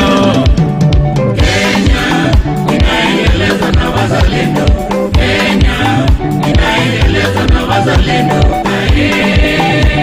Rais Uhuru ker mar Kenya, Uhuru ker mar Kenya, Uhuru Kenyatta sirikal tiyo kod nguvu. Maendeleo wan go jo Kenya, SGR donjo Kisumu dala, KPA to miya neno yidhi kod meli Kisumo. Bypass wan go Kachok, flyover wan go Kondele, moro bende wan go Bandani, barabara safi seche adek wan Nairobi Buore. Kenya inaendelezwa na wazalendo, Kenya inaendelezwa na wazalendo. Jokanyana mkawona werie ker marwa mae Kenya, Kigozo Uhuru Kenyatta, rais wetu mpendwa. Tangu uongozi wako tumeona mazao, viwanda zinajengwa, chakula kwa taifa, nyumba na makao kwa bei nafuu, stima huwa tunapata.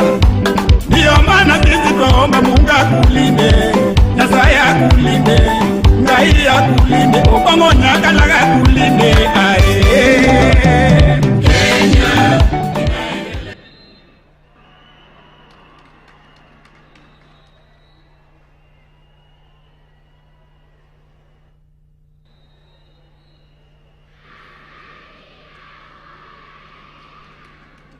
Neno ni peace, ambayo ni amani, kitu ambacho kwa kweli Kenya tunajivunia kwa sana. Makofi tafadhali.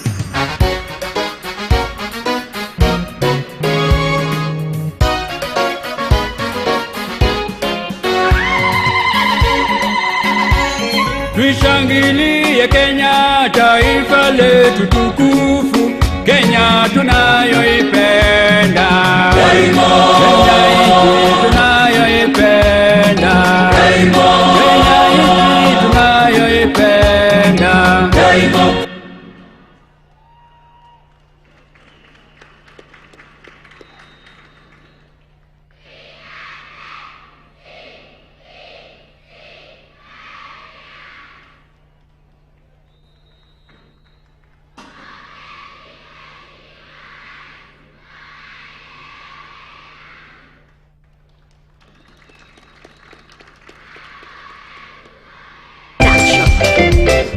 Makofi tafadhali, makofi tafadhali.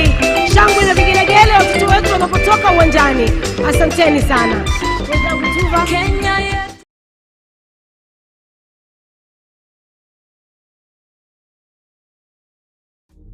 PPMC Production.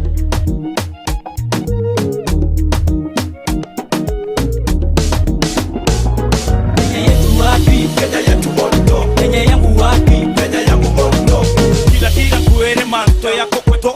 Kenya kwa damu na mizizi walai. Uko so blessed, kuna mbuga za wanyama, wachezaji Kolunga na Victor Wanyama. Malegend Wangari Maathai, Daudi na kumsifu Mungu, sina budi furahia nchi yetu kwa real fisa na wakilisha, tacheza doba tunimeza. Kenya yetu wapi? Kenya yetu moto. Wakiwa pia wanashirikiana na wasanii wa muziki wa kizazi utaweza kushuhudia ambapo msanii kama vile utaweza kushuhudia msanii mwenye umri mdogo sana, lakini kipaji chake kikubwa kilimpatia umaarufu mkubwa sana. Namzungumzia Trio Mio, na mbali na Trio Mio utaweza kushuhudia msanii kama vile Iyani, na mbali na msanii Iyani pia kuna msanii ambaye ametamba sana na wimbo wake ambao ni ya lugha ya Kikamba, lakini umedhihirisha kwamba Wakenya wote tunapendana bila kujali ukabila, ambaye ametamba na wimbo Kungulu Kwangala. Sasa wanapojiandaa kusongea, ningependa sote tuelekeze macho yetu katika runinga ambazo zipo karibu nasi kwa ajili ya makala ya Je, Wajua?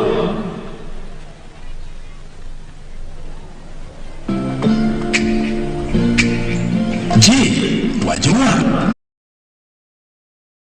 Hadi mwaka wa 2013 Kenya ilikuwa na kilomita 13,000 za barabara za lami pekee.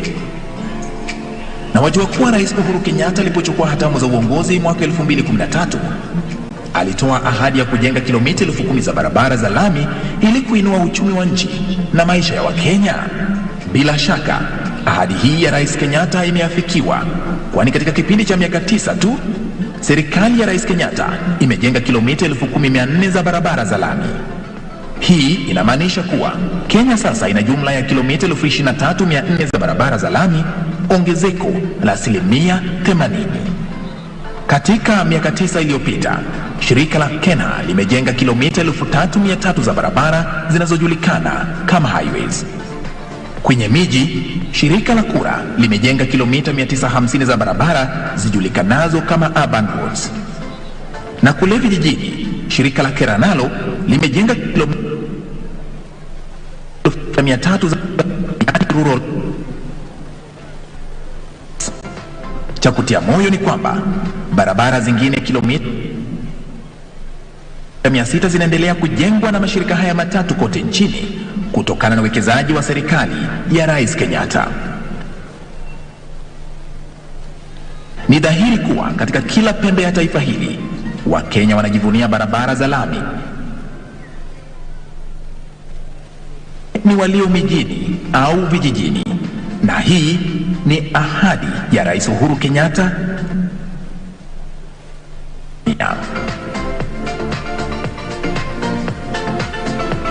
Sasa wajua. Haya, sasa wana muziki, karibuni mtupatie burudani.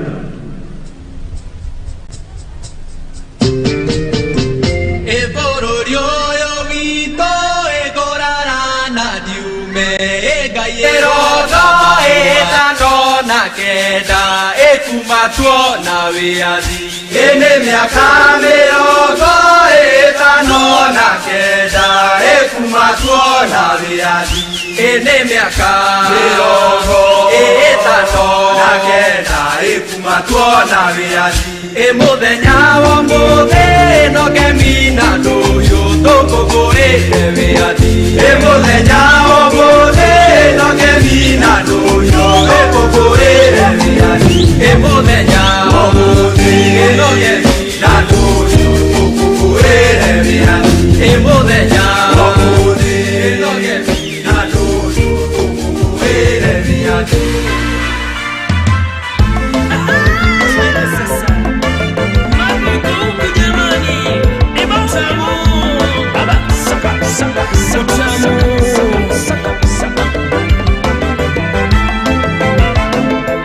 Kasha langu la zamani kasha lisilotubu, kasha langu la zamani kasha lisilotubu, kitasa ndani kwa ndani na ufunguo ni huu, alofungua nani amelivunga maguu. Nandi barero, Nandi barero, sipiki chungunga mnimape, sendi manga Nandi barero.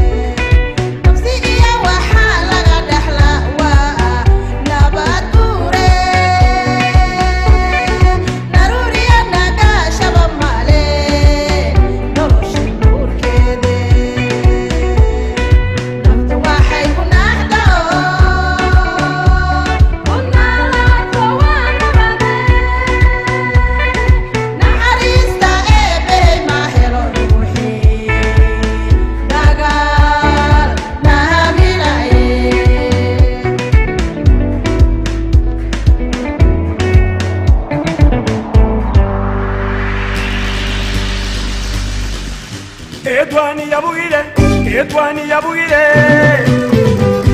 etwani yabugire, etwani yabugire, etwani yenze yaito, yabugire gekurandu wanja nyamo no more. Etwani yabugire, etwani yabugire, etwani yabugire, etwani yabugire, etwani yenze yaito. Yabugire kurandu wanda nyamo no more. Yabugire kurandu wabyo ya no more. Yabende ye kwanye ye to ya Kenya ngaiwe tanji ko yera baba.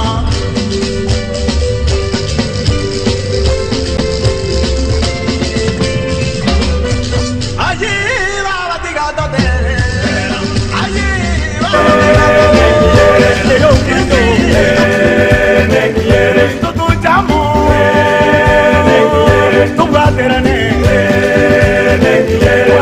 Kenya, Kenya,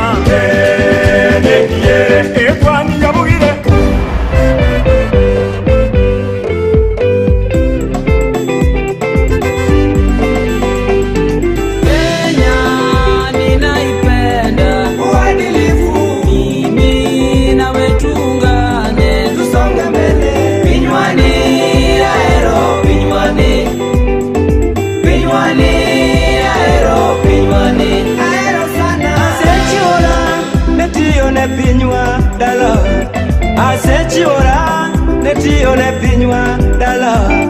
Ondisore Kenya ber neno, ondisore Kenya ber neno. Biuru ne kaka wagerore, biuru ne kaka wagerore. Akweda onge wadak gi hera, akweda onge wadak gi hera. Ahero sana Kenya, ahero gi chunya, an mzalendo, ahero pinywani. Usawa na uwazi twaweka mbele, uaminifu pia tunaongeza. Sisi wote tu wazalendo, sisi wote tu wazalendo. Maana tunasema Kenya ni pahali pa kuishi. Yo yo yo yo yo yo yo yo yo. Hey. Ha! Twende. Amani, amani, amani Kenya. Amani. Wananchi tuzidishe umoja wetu. Umoja. Viongozi tueneze upendo Kenya. Upendo. Amani Kenya. Amani. Upendo Kenya. Upendo. Umoja Kenya. Umoja. Wa Kenya. Amani.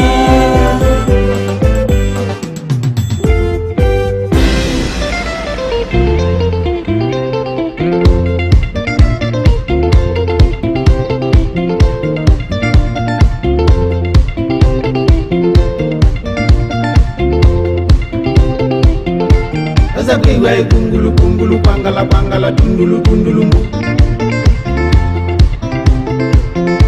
Waenda busi chichuni chao kiwamba kungulu pangala pangala mba. Udhenya monde uko na piva nitania Madaraka Day. Wawendo na ngwataniyo wa Kenya visonga mbele, nasonga mbele pamoja. Sisi wa Kenya nasonga mbele kwa amani na upendo. Umoja ni nguzo yetu. Kenya ni yangu, Kenya ni yetu.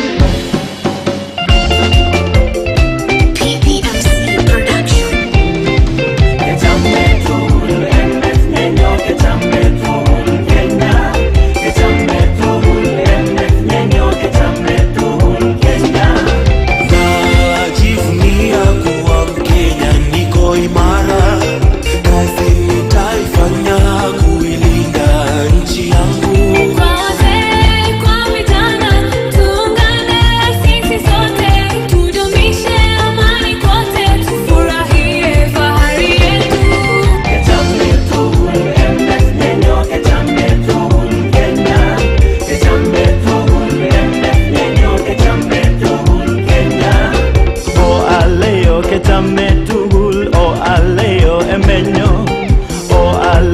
Kechametugul o aleo Kenya.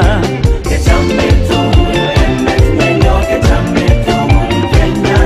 Kechametugul emes nenyo, kechametugul Kenya. Narulingo ija, narulingo kobora. Narulingo ija, narulingo kobora. Naruba mulima, narulingo kobora. Narulingo ija, narulingo kobora. Kenya Maria, narulingo kobora. Narulingo ija, narulingo kobora. Atagezi niliwe, narulingo kobora. Narulingo ija, narulingo kobora. Narulingo we, ozima wa Kenya wa wikombelo kobora. Yeah. Narulingo ija, narulingo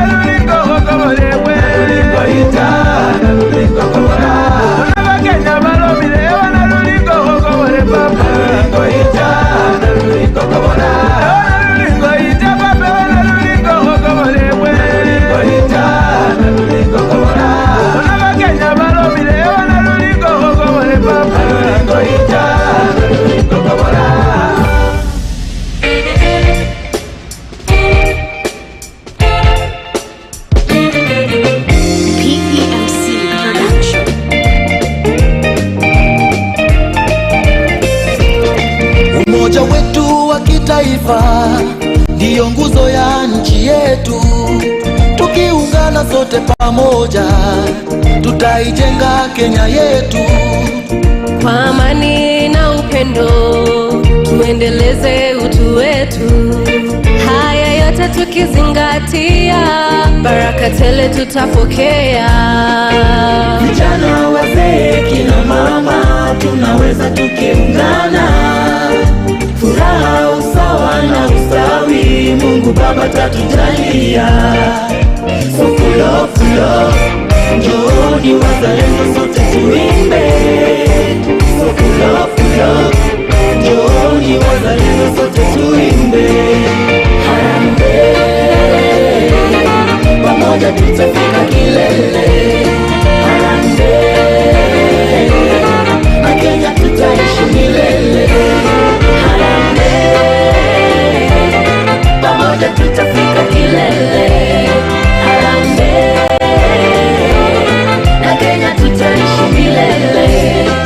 Tunapo tutaungana tena na tena, ndugu pia na usawa tena na tena, uzalendo kuendeleza tena na tena, na kwa pamoja tutasimama tena na tena. Harambee, pamoja tutafika kilele. Harambee, na Kenya tutaishi milele. MC Production. Mwenyezi alituumba akatuweka Kenya, yeye hakujali tofauti zetu kamwe. Yeye alitaka tuishi pamoja. Wakenya pamoja tunajitoa kuijenga Kenya. Ona haya kazi tuifanya kwa makini. Kenya nchi yetu yazidi kwenda mbele. Mheshimiwa Rais wetu, umejenga Kenya vile uliahidi, maana tunasonga mbele. Mheshimiwa Rais wetu, umelinda Kenya bila kurudi nyuma, maana tunasonga mbele. Ewe Uhuru Kenyatta, baba wa taifa, umetimiza mengi, maana tunakupongeza. Ewe Uhuru Kenyatta, baba wa taifa, umetimiza mengi, maana tunakupongeza.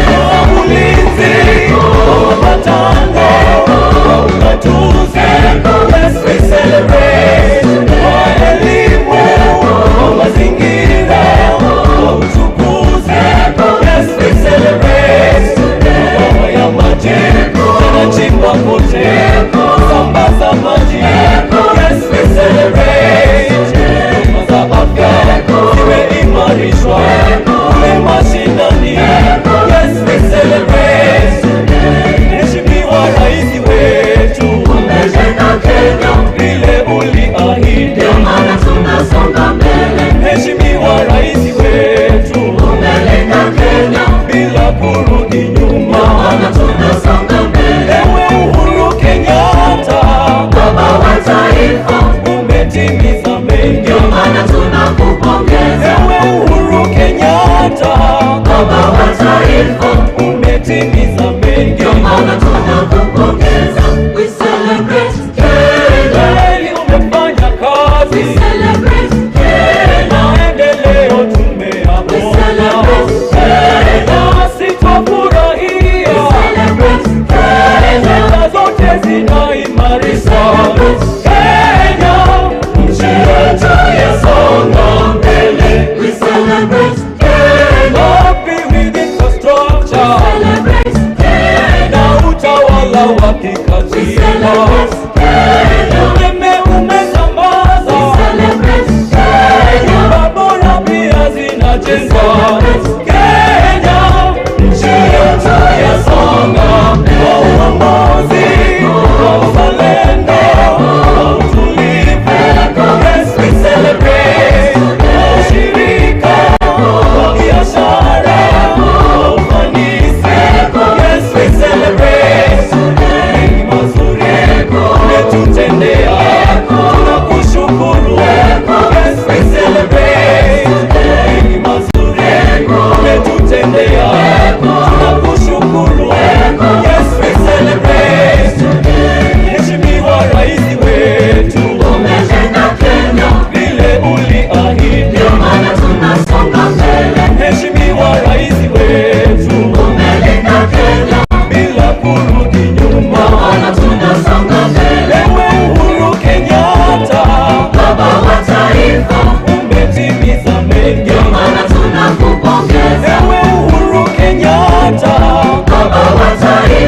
umetimiza mengi, ndio maana tunakupongeza.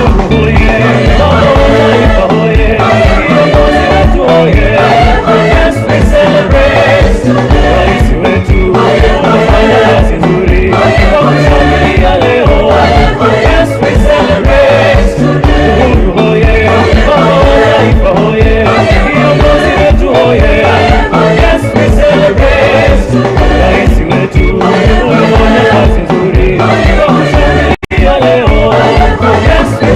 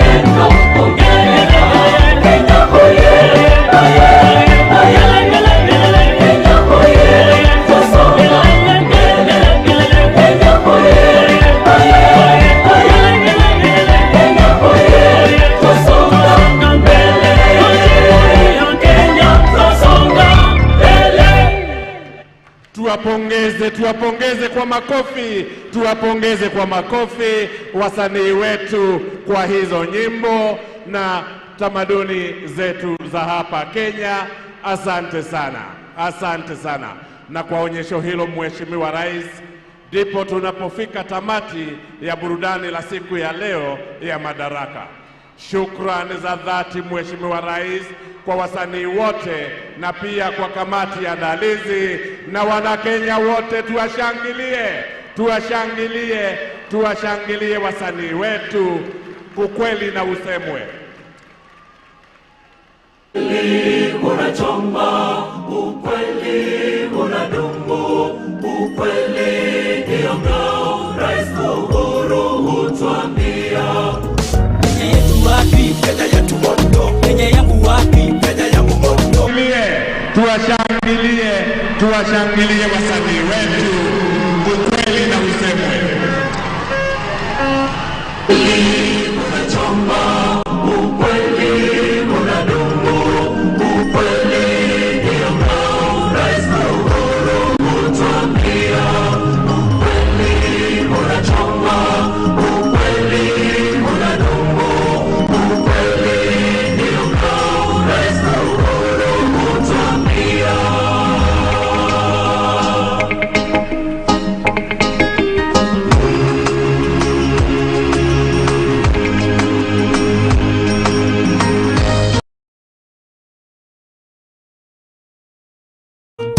Legend Wangari Maathai, Daudi na kumsifu Mungu sina budi.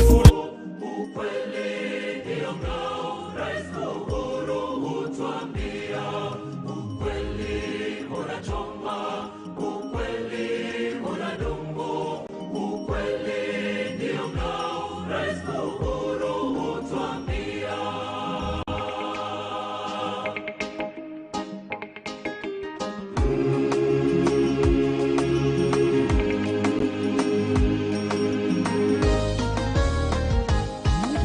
Ukweli na usemwe, ukweli na usemwe, ukweli na usemwe, ili shetani atoroke, ukweli na usemwe, ukweli na usemwe, ukweli na usemwe, ili shetani atoroke.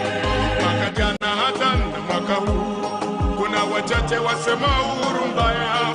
Tumeishi na uhuru miaka mingi, hatuoni ubaya, nyinyi mnatudanganya. Rais Uhuru anasema ukweli, tena ni mtu wa kupenda watu sana. Watu wengi walinyang'anywa mashamba, bali Rais Uhuru aliwarudishia. Mimi nasema ukweli na usemwe, ukweli na usemwe, ukweli na usemwe sasa, na usemwe, ili shetani atoroke, shetani atoroke. ukweli na usemwe, ukweli na usemwe, ukweli usemwe, na usemwe, ili shetani atoroke. Rais Uhuru. Asante sana.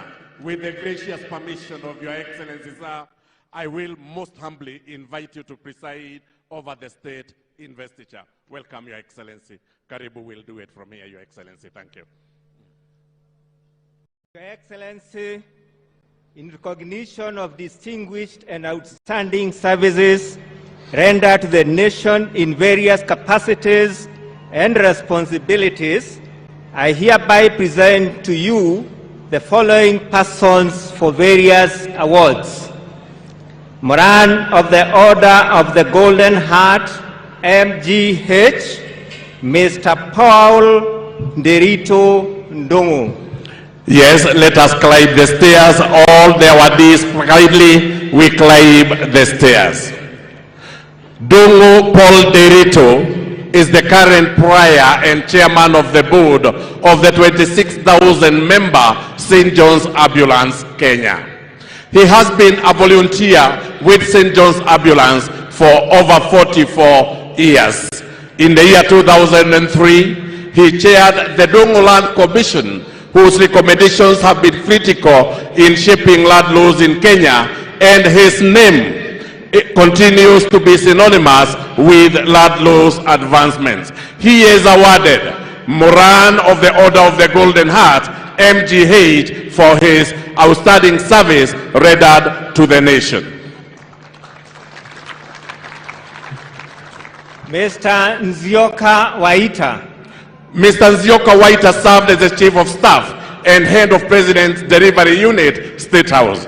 As the head of delivery, he created a strong delivery office that gave the President line of sight to his administration's key development projects and programs. He is awarded the Moran of the Order of the Golden Heart, MGH, for outstanding service rendered to the nation. Elder of the Order of the Burning Spear, EBS, Brigadier Joseph Maina Murashia. Brigadier Murashia is the team leader for Project 58, huu uwanja tuko hapa siku ya leo. Under his leadership, Project 58 has been executed within strict timelines that so is one of the projects being completed within 16 months. He has also supervised the construction and commissioning of Ulinzi Sports Complex, Langata, within 16 months. He is awarded Elder of the Order of the Burning Spear, EBS, for his outstanding leadership, command, and management and devotion to duty. Brigadier Caroline Mwende Mutesia. Brigadier Mutesia is the project manager for the Joint National Mapping Project. She has successfully overseen the implementation of 10 major projects across various government ministries and departments. Through this project, congratulations, Brigadier, once more, asante. Moran of the Order of the Burning Spear, MBS, Professor David Sang Kiprop. Professor Kiprop has been the program manager, Guinea Worm Eradication Program.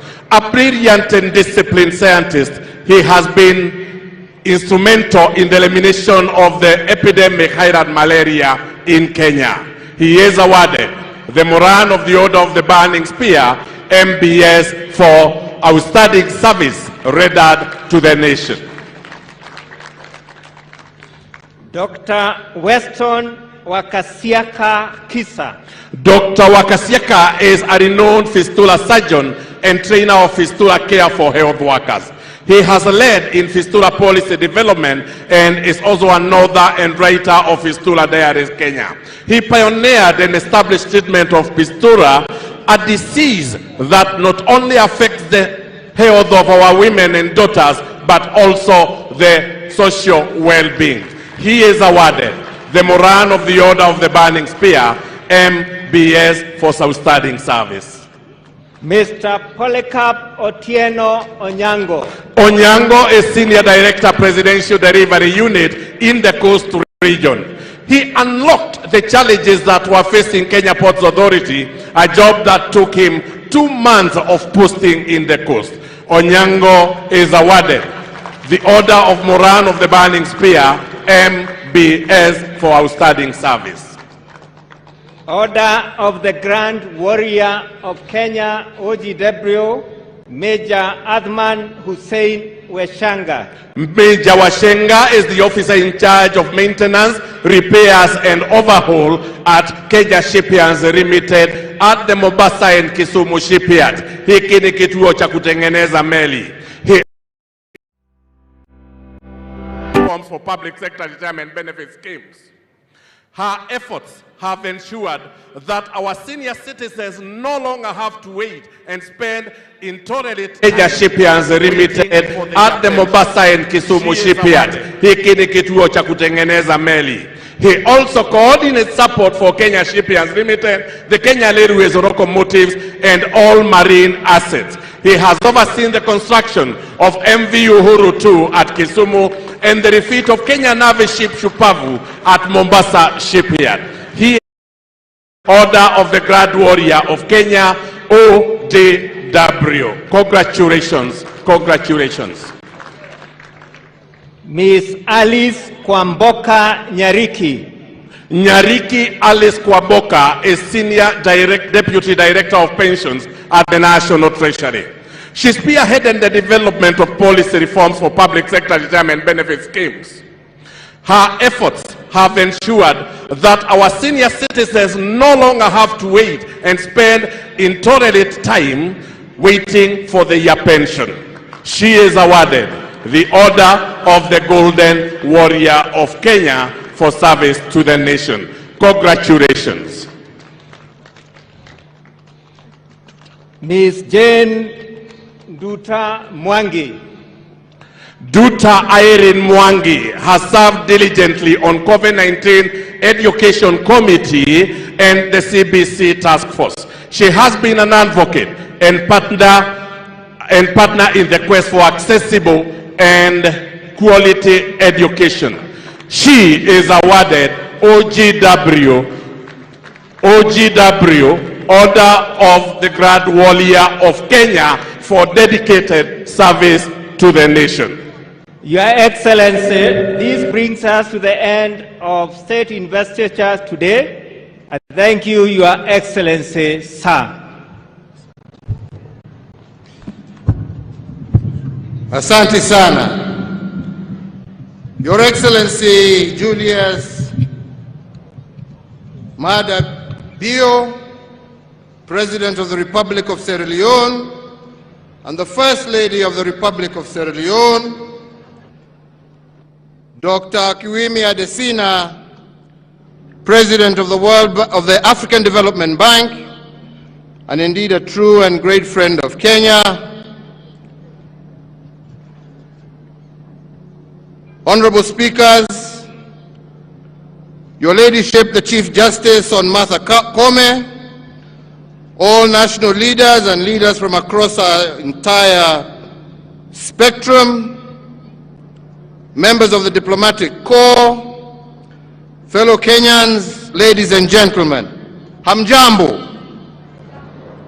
Hamjambo tena. Asanteni sana. Siku ya leo tumepatiwa heshima kubwa sana kwa kupata mgeni wa nchi ya Sierra Leone, Rais wa Sierra Leone ambaye ametutembelea kuwa mgeni wetu wa heshima katika shughuli hii ya kusherekea Madaraka Day. Na mbele ya niseme lolote lingine, ningependa kuchukua nafasi hii kumkaribisha aweze kuwasalimia Wakenya na kutoa salamu zake na pongezi zake kwa Wakenya wote. Your Excellency, I'd like to take this opportunity to welcome you to have a few words with the Kenyans who are looking forward and are very excited about you coming to visit us. Karibu sana. Welcome.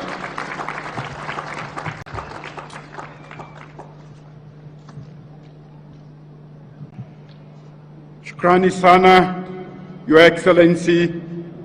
Shukrani sana.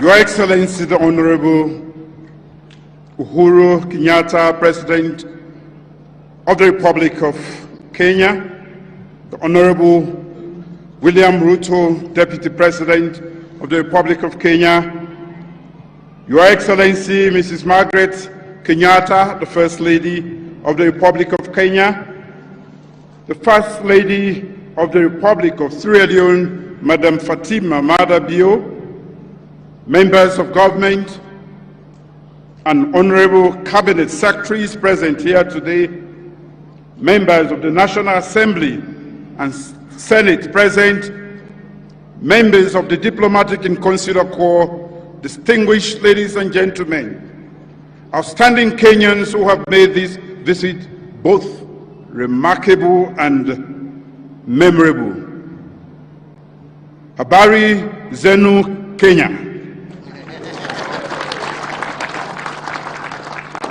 Habari za majana.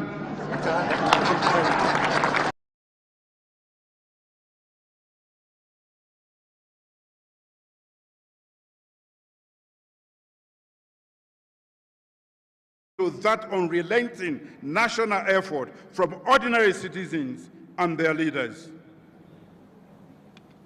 As Mzee Jomo Kenyatta of blessed memory reminded Kenyans, our children, and I quote, "Our children will learn about the heroes of the past, but our task is to make ourselves the architects of the future," end of quote.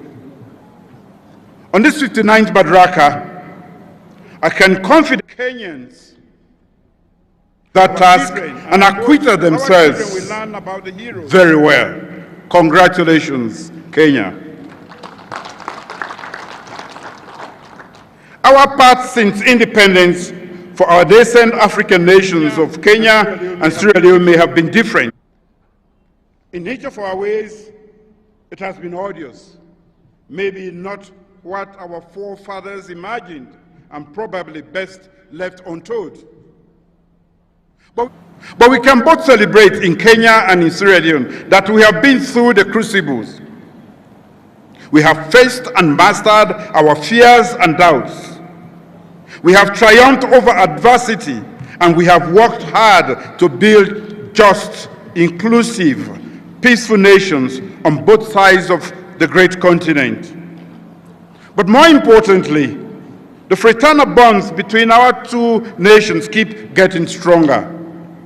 On Sunday, I joined the Kenya Defense Forces to celebrate the heroism of 4 Kenyans and the sacrifices of thousands of Kenyan soldiers who fought to restore peace and stability in Sierra Leone. If today we are the 4th most peaceful democracy in Africa, it is partly because of the sacrifice of Kenyans. Thank you, Kenya. When Ebola struck, Kenyan nurses and doctors were at hand to see us through that difficult moment. When we faced challenges for computing equipment for our first ever digital population census, President Kenyatta extended a hand of typical Kenyan generosity. And there is so much more to say. Our two nations have stood together in war, in peace, and in solidarity. We have pursued a collective agenda and continue to deepen cooperation at the bilateral and the multilateral levels. President Kenyatta's great work in this country, from electricity, ports, roads, railways, housing, to healthcare, education, food, security, and growing the Kenyan economy through trade and investment, has showed us in Sierra Leone what is possible. We are therefore also here to strengthen our ties with Kenya in areas of international cooperation, peace and security, wildlife and tourism, ICT and education, and trade and investment. In this spirit of interdependence, with a view to the mutual benefit of our two nations, let me close by reminding us of 2 proverbs, one Kikuyu from Kenya and one Mende from Sierra Leone. The first one is from Kenya. One log does not make a bridge. This reminds us that for safety and strength, and for reassurance that we will continue to traverse difficulties together, we must continue to work together and make our bonds even stronger. The second is from Sierra Leone. One tree does not make a forest. Guya Ewula. That reminds us that only through interdependence and unity of purpose can we truly grow stronger and be more formidable as nations. On this 59th Madaraka, let me once say, Hongare sana, asante sana, and God bless the people and Republic of Kenya. Thank you. Thank you very much, brother. Thank you. Thank you. Good luck.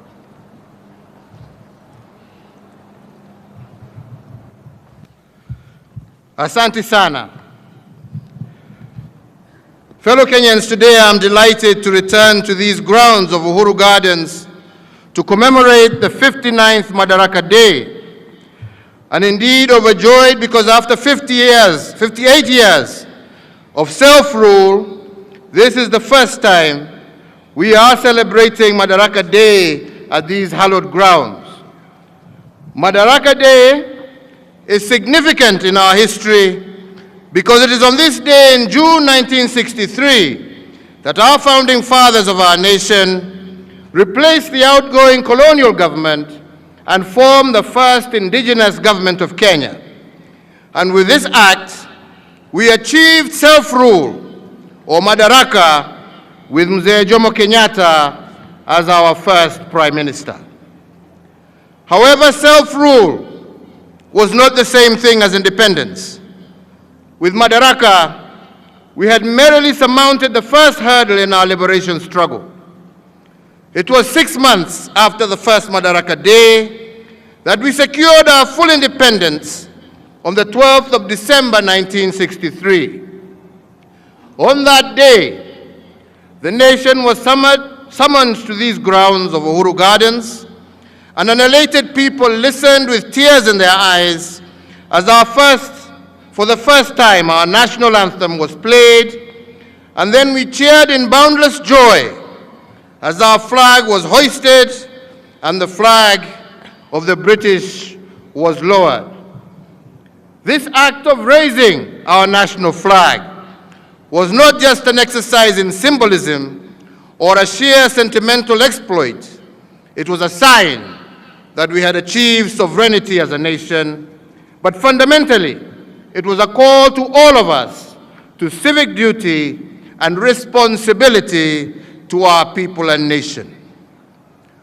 Once hoisted, our founding fathers reminded us that the flag was not just a cloth painted in designs of 4 colors.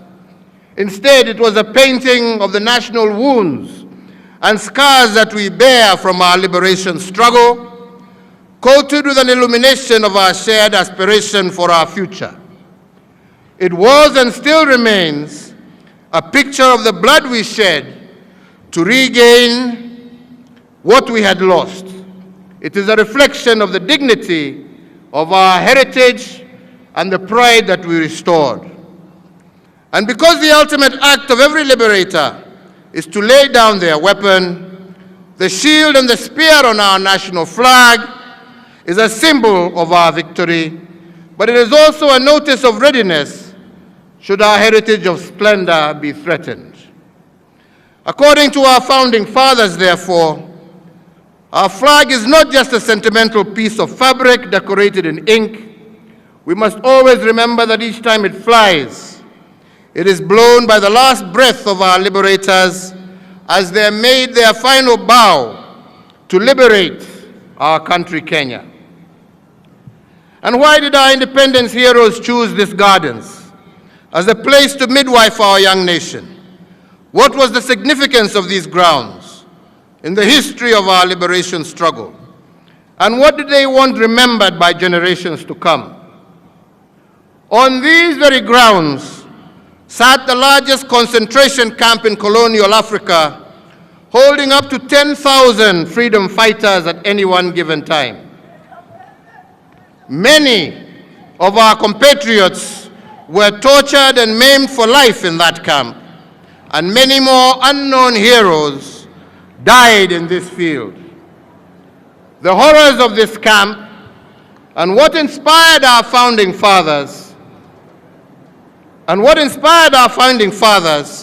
was that the tree of freedom must be watered by the blood of our patriots. And that is why on Jamhuri Day 1964, we planted a Mugumo tree as a solemn and symbolic reminder of this eternal truth. Although the colonizers killed the messengers in the camp, they could not kill the message. The liberation fever spread across our nation, and the colonizers had no option but to give in. And why do I call Uhuru Gardens hallowed? It is because our founding fathers wanted us to celebrate this ground as a camp of martyrs and the birthplace of a nation, a place of remembrance, healing, and renewal. Each time we gather at this birthplace of our great nation, we must remember that being free is the easy part, but staying free is a difficult part. And although we are now fully free, we cannot continue to claim freedom casually. Instead, we must begin to practice it and jealously guard it against all threats, both foreign and domestic. The practice of freedom comes with a price. If our heroes paid the price to liberate our nation, we must similarly pay the price of nurturing our freedom. But fundamentally, we must remember that the price today is not the price tomorrow. The price of liberating the nation is not the same price of growing the nation. To keep and nurture our freedom, we have to pay a higher price. And part of this price is to be trustworthy stewards of what our founding fathers passed down to us. So my joy today is that we have been able to restore the sanctity and historical significance of Uhuru Gardens. Following many years of neglect, this historic site had become a den of thieves, and in fact it is on record that part of the 68 acres on which these grounds sit had fallen into the hands of unscrupulous individuals. We have reclaimed it and grabbed the site back and restored its dignity and purity. Yesterday I had the distinct honor of inaugurating these grounds as a monument and a museum of remembrance and a place of unedited history. And we have done this because a progressive nation does not hide its history. It confronts it and endures to correct it so as to change the future. Each time we celebrate our liberation struggle, tradition demands that we ponder a series of questions. Fundamentally, we must ask how have we built on what was handed down to us? What account can we give of ourselves as the successors of the cause of our liberators? And can we honestly say that we have been faithful stewards worthy of their sacrifice? On the 9th of April 2013, I assumed office as the nation's 4th president. Today, 9 years and 2 months later to the day, in discharge of the mandate you bestowed upon me, my administration has built on the gains secured by the previous 3 administrations and strengthened our social fabric, making Kenya safer and healthier, fairer and just, a nation where justice is truly our shield and defender, reinforced our educational and technical excellence, integrated devolution as a way of life, and successfully led the nation through the worst global health crisis in a century, while also expanding economic opportunities for Kenyans. As Kenyans, we often dwell on what and how without asking ourselves why. And so I answer, why have we invested so heavily in infrastructure?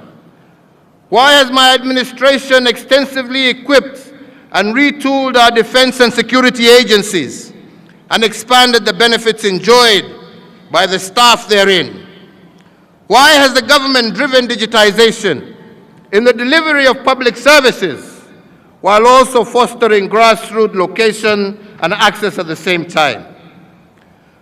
Why has my tenure in office seen so much emphasis on transformative programs, reforms in healthcare, education, agriculture, energy, titling of land, housing and social protection, affirmative action, commerce and industry, and the ease of doing business? We have done all of this because they are interrelated aspects of our national life that are tied together with a singular golden thread, areas of challenge that can become the engines that drive Kenya into a more just and prosperous future. Fellow Kenyans, national security and defense has been a priority area since 2013 because we cannot deliver on our national anthem's promise of plenty within our borders if these borders were porous and insecure. I therefore made security a top priority because I know that without a secure environment, no life can flourish and no enterprise can thrive. With the mandate that was given to me, we silenced the wave of terror attacks that had a stranglehold on our nation. And we achieved this by retooling our security organs and making them more capable to address the dynamic contemporary security challenges that Kenya faces. To all our security officers, because of your commitment to defend our nation and to squarely face new dangers, every citizen is able to participate in the social economic development of our nation. You have kept us free, you have preserved our way of life, and allowed us to enjoy the present as well as protect tomorrow, and we thank you for that service. In realizing equitable development through devolution, it was my distinct honor to be the president who received, fostered, and gave impetus to the devolved system of governance. Today, the results of our proactive and enthusiastic support are markedly visible from Makueni to Mandera, from Busia to Bungoma, from Mombasa to Meru, from Lamu to Laikipia, and from Turkana to Tharaka Nithi. We, with the mandate that you gave, have institutionalized devolution and forever changed the face of Kenya, buoyed by the 2.4 trillion Kenya shillings that we have transferred from the national government to the counties from 2013 to date. On the regional front, Kenya led the push to admit the Democratic Republic of Congo into the East African community. With this singular move, the East African Common Market grew by 90 million people, yielding a now expanded market of 300 million citizens and a consequent enhanced opportunities for our Kenyan enterprises. To exemplify this, I mentioned just one, Equity Bank, which is already breaking ground in DRC and is already the second largest bank in the Democratic Republic of the Congo. On the global stage, we remain a leader in the cooperative multilateral order, as evidenced by our membership of the United Nations Security Council that has provided us a voice on international peace and security matters that threaten our humanity. This position has cemented our international stature and enhanced opportunities for Kenyans in the diaspora and within the international civil service. In return, diaspora remittances have increased tenfold in the last decade, and they now stand at an all-time high of over Kenya shillings 400 billion in 2021, surpassing traditional exports and making Kenyan human capital our greatest export. With the same mandate, you challenge us to enhance the global competitiveness of our human resource. We did this because every epoch of our nation's history has placed a unique set of demands on the skills and competencies required of our people, which in turn has required us to reform and to recalibrate the content and architecture of our education system. At independence, our founding fathers embarked on a mission of course correction to transition from a colonial education system that prepared learners for servitude to one that gave them the tools to lead a newly independent nation. In 1985, we made yet another monumental shift by transitioning from the 7423 system into the 844 system. But with time, fellow Kenyans, the 844 curriculum became inconsistent with the aspirations of our growing nation, particularly because of its overloaded curriculum and its focus on rote learning and the passing of exams as the ultimate goal of the system. As we began re-engineering it, we had to return to the foundational philosophy of education, and that is, citizens never fail. It is systems that fail them. And if the systems are inconsistent with the aspirations of the people, then the systems must be changed. The challenge of the day calls us to imagine a system that creates responsible citizens as opposed to subjects, a system that celebrates creative potential of all our children as opposed to one that leaves them with labels of failure if they do not pass exams. A system that brings about freedom to be creative and innovative as individuals. This is the promise of the competency-based curriculum, and that is why in December of 2022, the pioneer CBC class, now in 6th grade, will transition to junior secondary. And we believe, and given the manifest success achieved in such a short period of time, there is no turning back with respect to competency-based curriculum.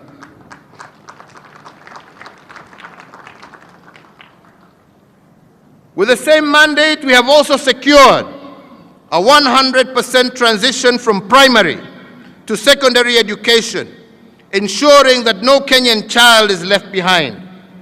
We have also achieved Africa's first one-to-one child-to-book ratio and restored the integrity of our national exams. In regard to higher education, we live in a time when knowledge is placing other resources as the main driver of economic growth, and thus education has increasingly become the foundation of a greater individual prosperity. Our universities continue to incubate innovations and to prepare the next generation of leaders who are technically proficient and knowledgeable. Talents continue to be nurtured, and a workforce that is globally competitive is, with each passing year, transitioning from our institutions of higher learning into prominent positions locally and abroad. To ensure that even those that are not admitted to universities get an equal chance, we have transformed our technical and vocational education training. Where they stood only 52 institutions in 2013, today Kenya is home of 238 institutes, representing a 435% growth. With this transformation, every Kenyan child has a chance to make it. So, fellow Kenyans, in our effort to foster inclusivity as well as gender parity, the one thing that I am truly proud of is how we have built women leadership and expanded their fields of participation in governance. For a long time, women affairs were relegated to the Department of Social Services, where they were grouped with children. In fact, the first woman to be appointed as a permanent secretary happened 24 years after independence.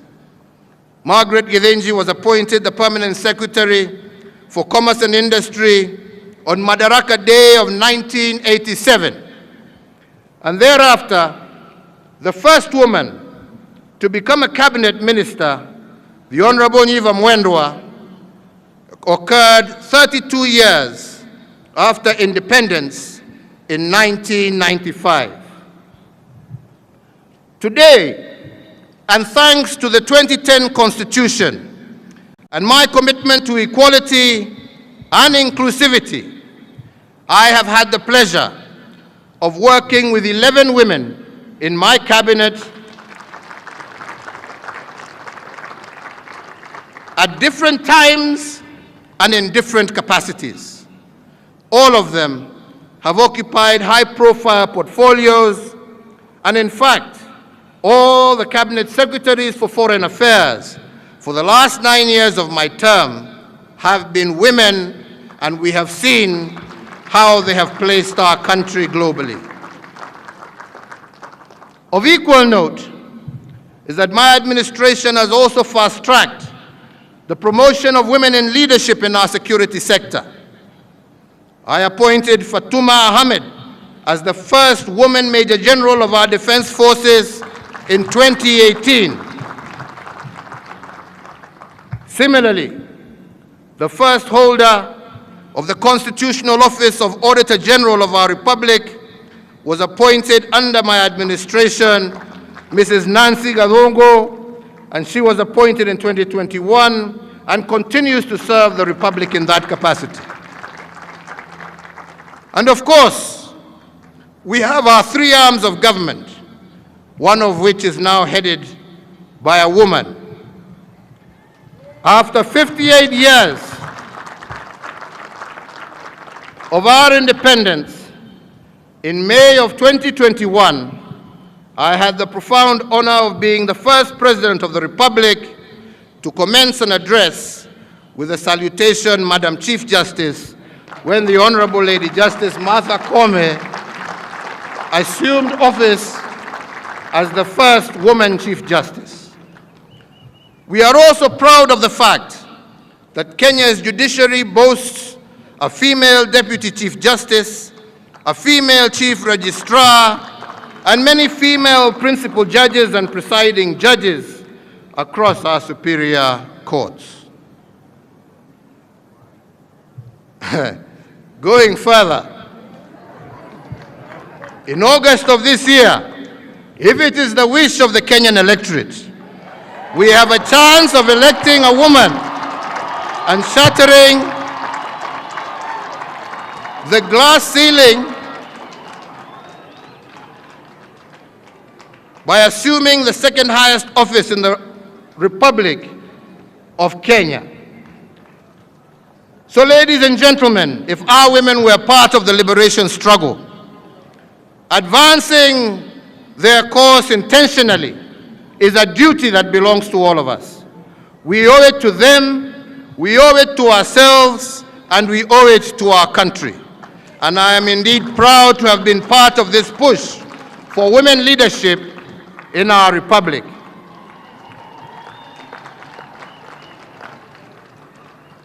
Fellow Kenyans, ladies and gentlemen, now I will give a further account of how my administration has multiplied the fruits of our liberation.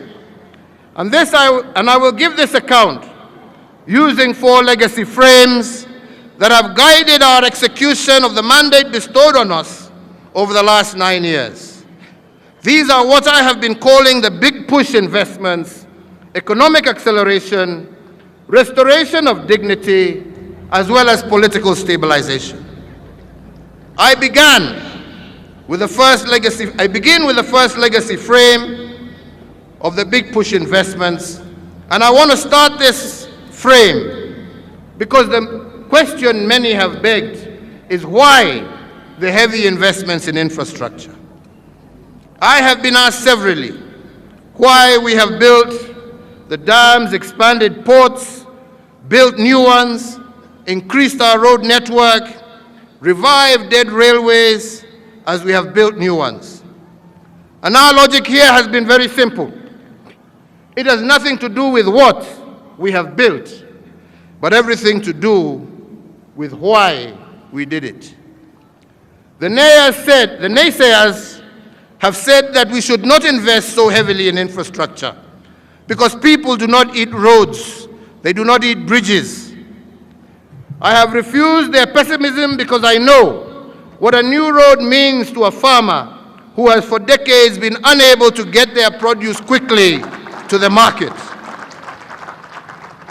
I refuse to delay the dream of world-class ports and fishing support infrastructure because we wanted our fishermen in our oceans and lakes to be able to gain more from their sweat of their brow. I looked at a nation whose potential was being limited by road connectivity and vowed to open up Kenya to ourselves and also to the world. The result has been that once sleepy villages and towns across our country have roared to life and become vibrant centers for economic and social activity. The result was the appreciation in the value and utility of land in many rural and peri-urban areas, instantly elevating many thousands of homes out of poverty. Similarly, fellow Kenyans, we have learned, and that is why we say we must learn from our history, is that when the British built the Kenya-Uganda Railway, some people called it the railway to nowhere, passing through a swamp called Nairobi. But to the colonizers, the railway was not the end game. What the railway was meant to achieve was the end game. Years later, what started off being called the Lunatic Express by cynics converted a swamp called Nairobi into a megacity that is today one of the top 5 cities on the African continent.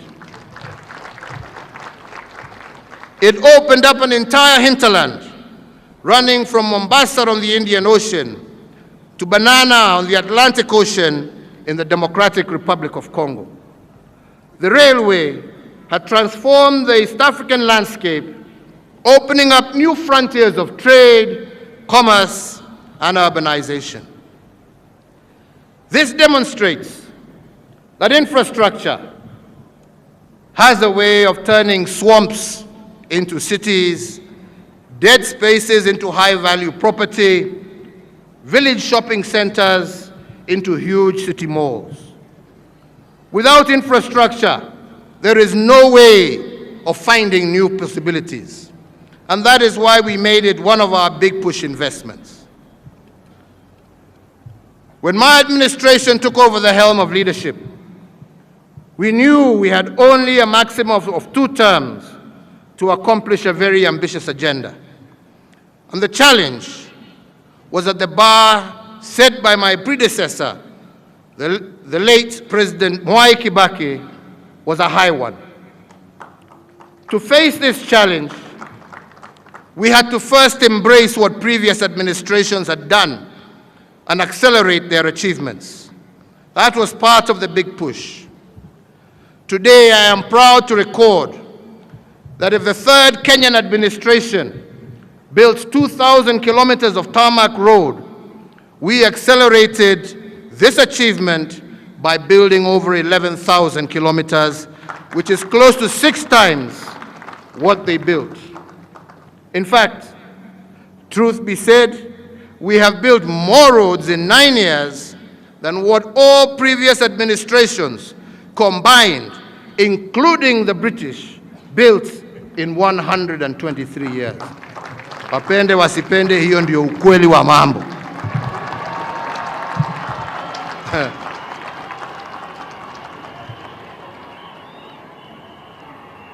If this nation's 3rd administration had set the bar higher, we have set the bar even higher. And the record is there for all to see. Across all 8 former provinces, in each of the 47 counties, we have transformed our country 1 kilometer at a time. Our world-class infrastructure, from elevated expressways to floating bridges, have put Kenya on the global map.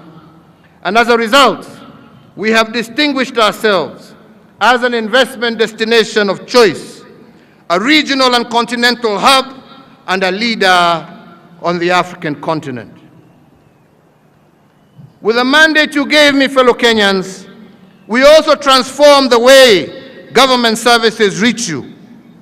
We did this through the introduction of Huduma Centers, an online platform such as eCitizen, to make access to public services a fast and pleasant experience and not a toil that every citizen must endure so as to obtain basic services. Jamani, nipatie maji bwana.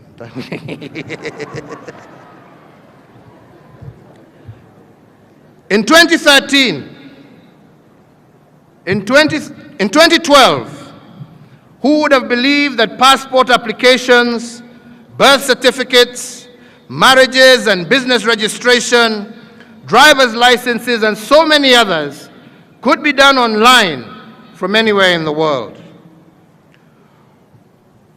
My administration has also supported similar advancement in the independent arms of government, resulting in a situation where Kenyans now file and serve documents for their court cases online, and the era of the notorious missing court file has been firmly put behind us.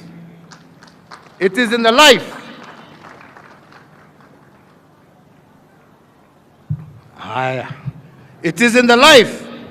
of this administration that a business can be registered online and a certificate issued on the same day, together with the KRA PIN and other statutory registrations. We did it because we know that it is our duty to facilitate your enjoyment of your social economic rights without unnecessary and cumbersome barriers.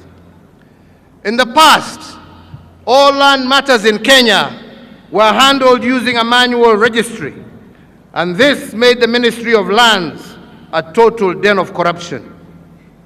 In fact, part of the Wilson Airport runway to my left here had a title deed registered in the name of a private individual. But as part of the reforms in the land registry, the process of stamping out fake title deeds and reversing this fraud has been accelerated. It took previously a minimum of 6 months to do a single land transaction. This has now been reduced to 48 hours using a system called Ardhi Sasa, and similarly, instead of taking 1 to 3 months to do a land search, this system will give you a land search result in 3 to 5 minutes. Thanks to the brigadier. Huyo mama mmeona hapa, msicheze na yeye, amefanya kazi mingi sana. Wale ambao hawapigi kelele ndio wanabadilisha Kenya.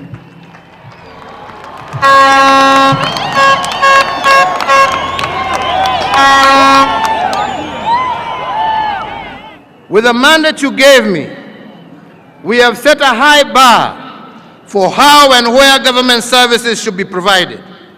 Never again will Kenyans accept that they must contend with long winding queues, pay the infamous and notorious facilitation fee to receive their rights, or to travel long distances to the nearest major town to receive even the most basic of public services.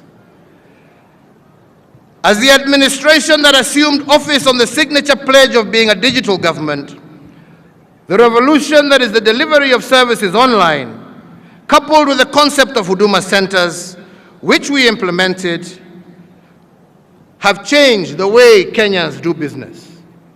In doing so, it has also created opportunities for Kenyans in the private sector and built an enabling environment for an ICT versatile society.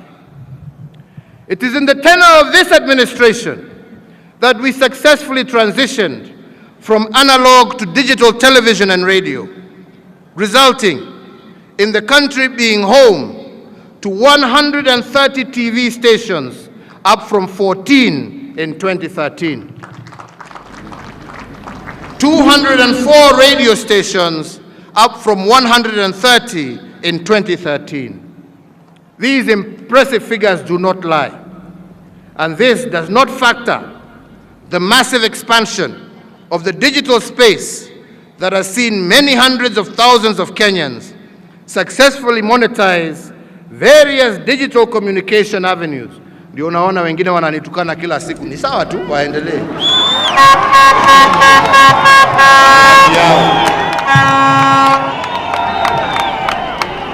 Besides jobs, through our expansion of the digital space, the government has enabled small and medium enterprises, regional, community, and church-based broadcasters throughout the country to create niche routes for direct engagement.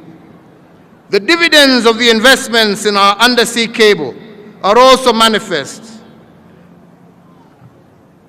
To fully seize the opportunities offered in this information age, our massive ICT investment has seen internet penetration in Kenya rise from 31.4% in 2013 to 93.9% in 2022, with cellular phone penetration increasing from 74.9% to over 131% in the last reported cycle.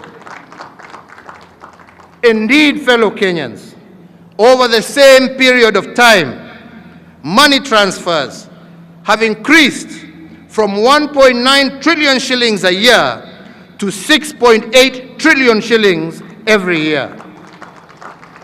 Further, online jobs, not just here in Kenya, but globally, have secured close to 1 million jobs for Kenyans, while innovators continue to make waves globally from their very locations here in Kenya.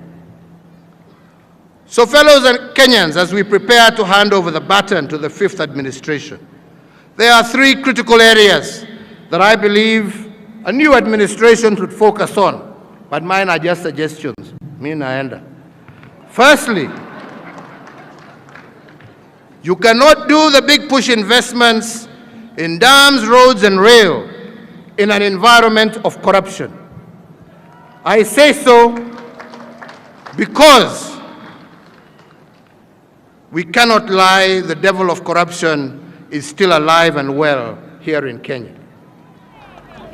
For the next administration to multiply our dividend and continue raising the bar, it must work from the inside out. It must not backslide on the corruption agenda. When corruption festers in government, you cannot fight it from the court of public opinion. You must fight it from the inside out. And that is why leaders elected must have the credentials and the will to continue this cleanup. Secondly, you cannot implement big push investments in an environment of political strife and hypocrisy. Many have doubted whether my government has achieved in the second term. But let me tell you, we have. And the record must reflect that this is true of all sectors. To name but one, during our first term, we built slightly over 3,000 kilometers of tarmac road. But the second term, we have completed close to 8,000 kilometers and over 6,600 kilometers of tarmac road are currently ongoing. And all of this, I strongly believe, has happened because of the political stability that we achieved because of the handshake.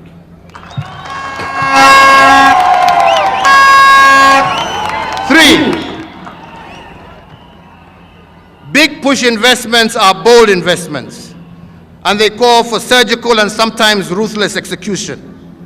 Such undertakings cannot be fed on the milk of meekness.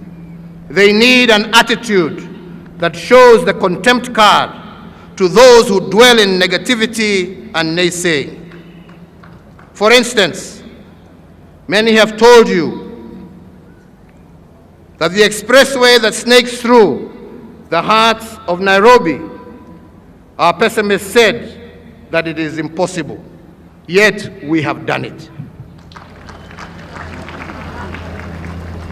And if we had said then that we would do it without a single coin from the taxpayer, except that which was used for the relocation of utilities, including electricity, water, fiber optic cables, many would have said we were dreaming, but we did it.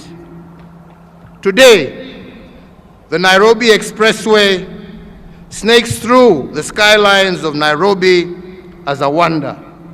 Under normal circumstances, it would have taken us 4 years to build it. But because we were determined to complete it, we have achieved it in a year and a half. Because we believed in Kenya, we believed in our people, and we believed in ourselves as a government.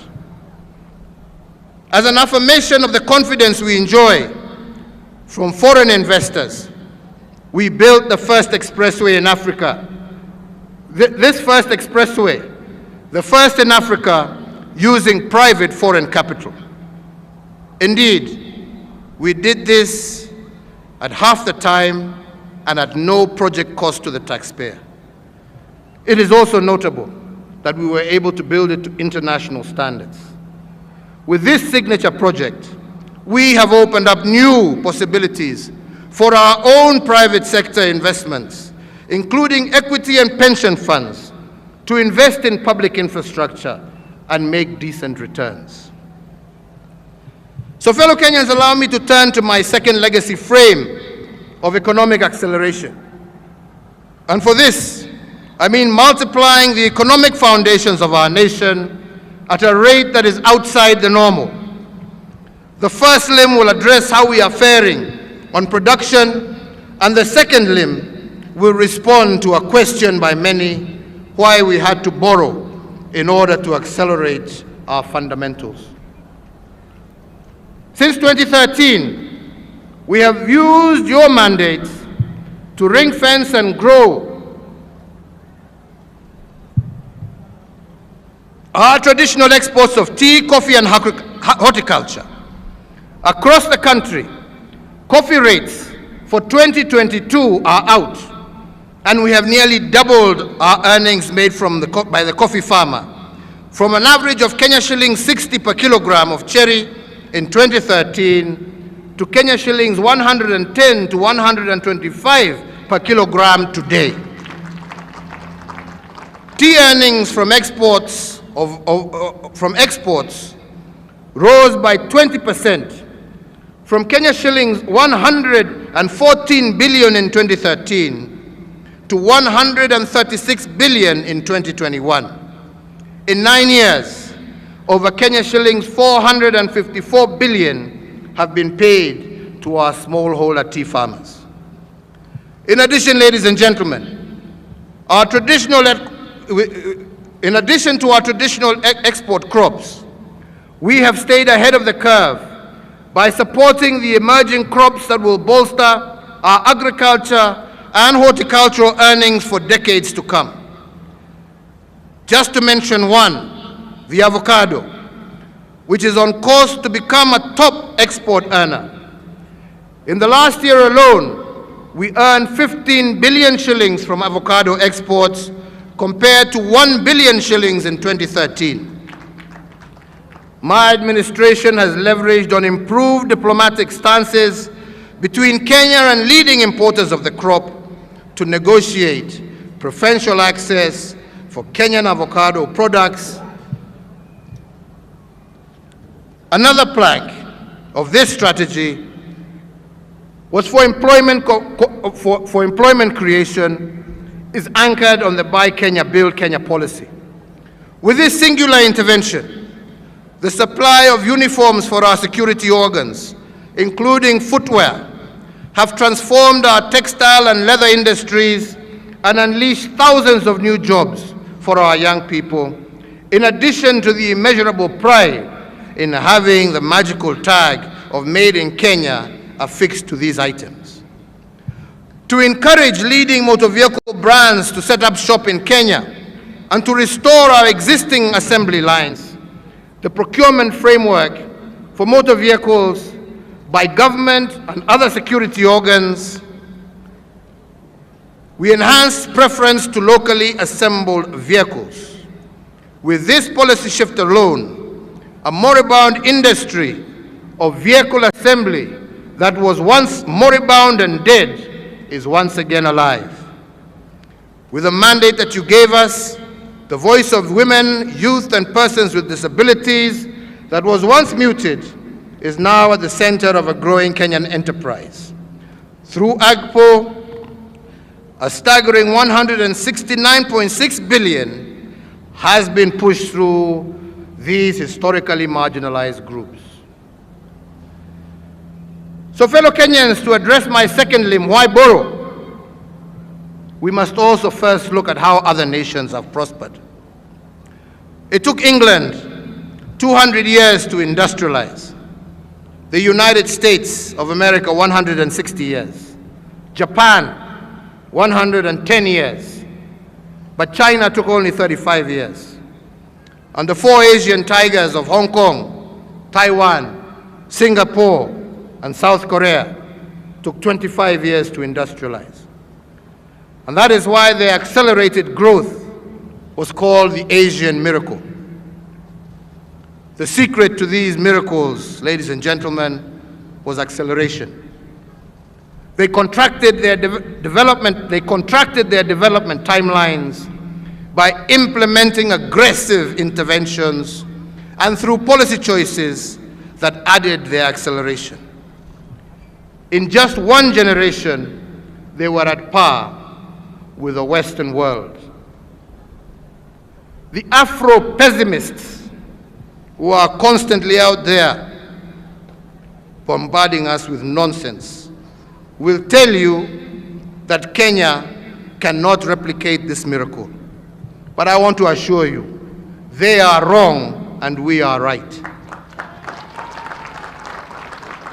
Our accelerated path to economic growth has begun and must be maintained into the future. In just 9 years, we have moved from being the 12th largest economy on the African continent to the 6th largest economy, and we are still growing. In the same time, we have tripled the wealth of our nation from a GDP of 4.5 trillion in 2013 to close to 13 trillion today. As a mark of this remarkable growth, our tax revenues have doubled from Kenya shillings 800 billion in the financial year 2012-2013 to Kenya shillings 1.6 trillion as at April 2022. With the mandate you gave us, ladies and gentlemen, we are on a course to achieve the record-shattering projection of Kenya shillings 2 trillion in collections by the end of the current financial year. Fellow Kenyans, we have grown our road network almost 6 times, our power generation 40 times, connected more homes to electricity than any other country on the African continent. And we have done this in just 9 years. I do believe that the next administration can multiply these efforts to unprecedented heights. But to keep this acceleration, that 5th administration must borrow 2 lessons. One is that it is not possible to maintain the speed of our achievements in a contaminated environment. And this allows me to go back to the corruption cleanup that I started talking about. When we took over in 2013, we had some state corporations that were rotten from the core. We had to drain this swamp from inside out. But we had to balance this cleanup exercise with accelerated performance. Some have accused me of militarizing our country. I have no such intention. Kenya is a democracy and it shall always remain a democracy. But I did not hesitate and will not hesitate to use our discipline services to correct and to do that which others have failed to do.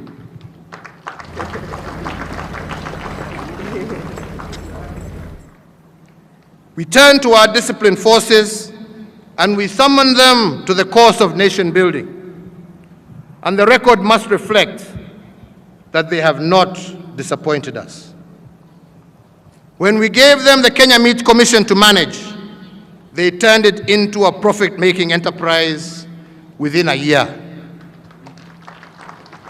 The other institution worth of mention is the Kenya Shipyard Limited. This institution had collapsed due to mismanagement and corruption. Then last year, we handed it over to the disciplined forces. Today, this corporation is poised to have the largest shipyard in sub-Saharan Africa.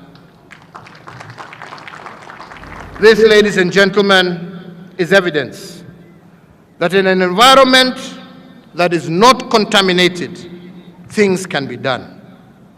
If we could build this park and the museum behind us using the disciplined forces in only 22 months, instead of the 10 years it would normally have taken, if we have begun restoring the glory of Nairobi using the Nairobi Metropolitan Services, I do believe it can be done.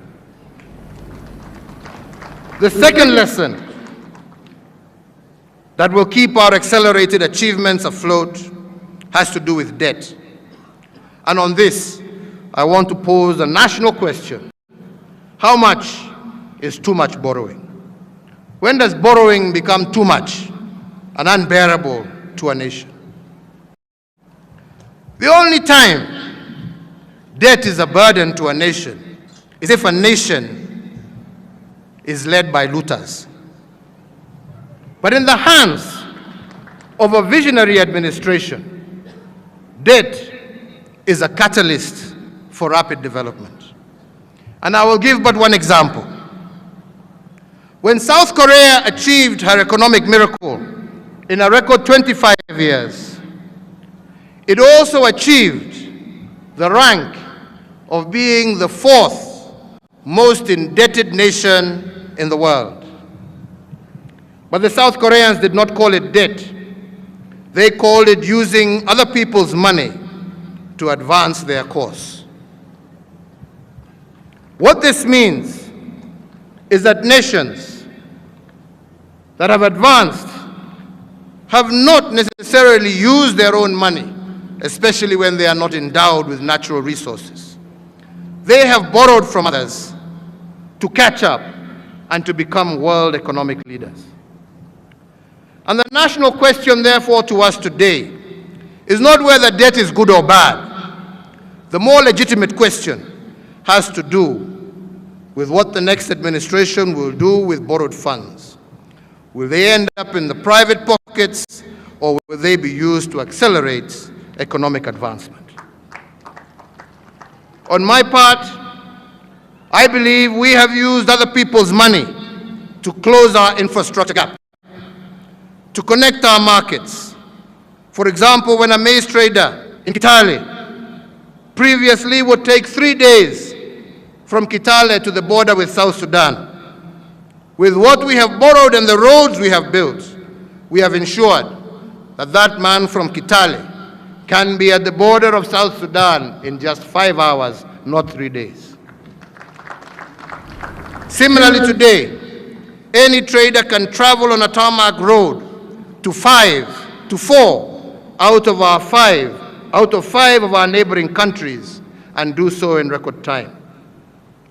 If we can transport 10 times more passengers with the SGR at half the price and at half the time, and move 3 times more cargo daily from Mombasa to our neighbors, then our borrowing has surely been worthwhile and paid tangible dividends. So to maintain the tempo of increased and accelerated achievement, the next administration should not shy away from using other people's money. Debt in a cleaned-up government is an enabler, not a burden. With the mandate that you have given us, the people summoned us to secure sustainable development and to foster intergenerational equity, and we honor this solemn duty. We honor Now, sorry, let me go back.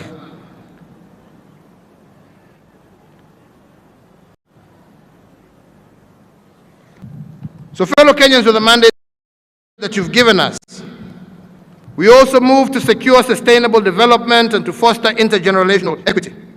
We honored this solemn duty by restoring our water towers, protecting our environment through pollution control. We have conserved wetlands and firmly established Kenya as a global leader in the area of sustainable development. Our conservation efforts have fortified our biodiversity, and as a result, we have recorded the lowest levels of poaching in our nation's history. On account of this robust ecosystem, we have registered the highest wildlife population for a majority of those species that were previously endangered. We did this so that every Kenyan can enjoy their right to a clean, healthy environment, and so that our heritage of splendor can be passed down from one generation to another unencumbered. We have planted 1.34 billion trees, moving our forest cover from 6.99% in 2013 to 8.83% in 2022, and our tree cover to 12.3%, well over the 10% envisioned in our Constitution, and 8 years ahead of the target date that was set of 2030. To halt the destruction of water towers, an elusive dream that has eluded every other administration, we contain the encroachment and legal extraction activities in the water tower resources of the Masai Mara Forest Complex. We have also banned the use of polythene bags and saved marine and terrestrial life. We have moved also with the beautification of our urban areas, especially here in Nairobi. And this initiative has led to the emergence of our nation as a leader in climate change action and established a thriving green economy. We have also moved in the water sector by building dams, including Thiba Dam, Yamo Dam in Samburu, and are on course to complete while starting others such as Thwake Dam, Mwache Dam at the coast, Karimeno Dam here in Kiambu, Sioi Murunye Road Dam in West Pokot, Bute Dam in Wajir, and Soin Koru Dam in Nyanza. In total, we are currently implementing some 685 water and sanitation projects. And if we conclude these, which we hope will be concluded by the end of this year, at least 80% of Kenyan households will have access to water and 40% to sanitation. Today, we have 13 million Kenyans connected to clean water. Our irrigation has doubled from 374,000 acres to 664 acres currently. From independence, we had only produced 5 million title deeds. Today, we have added an additional 6 million title deeds, bringing our national aggregate to 11 million. We have also heralded the enactment of the Land Index laws, which should put a stop to the blight that is occasioned by bloated valuation figures in the process of compulsory land acquisition, thereby making it easier for us to complete public projects. We have also moved towards the restoration of dignity and political stabilization. And as we look forward to the August 9th general elections, we must ask ourselves, what is the purpose of an election? Let me pose this question more pointedly by using two examples.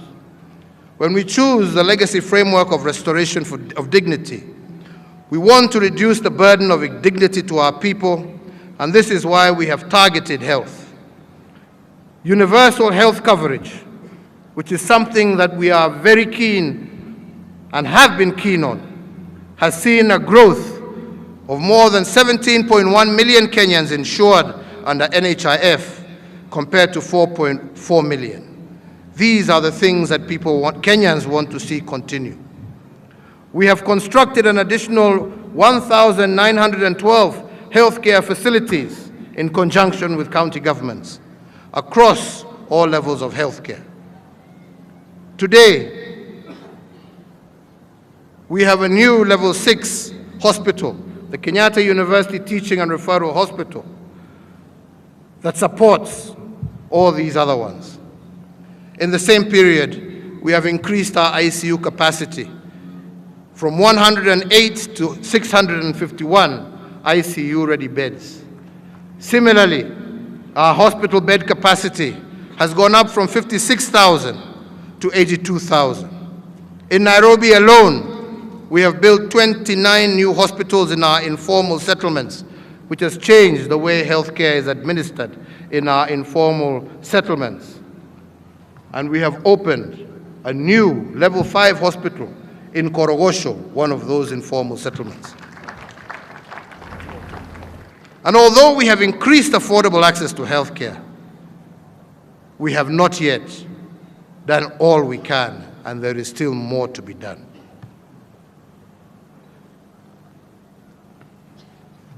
We need, hii sasa imekuwa ndefu.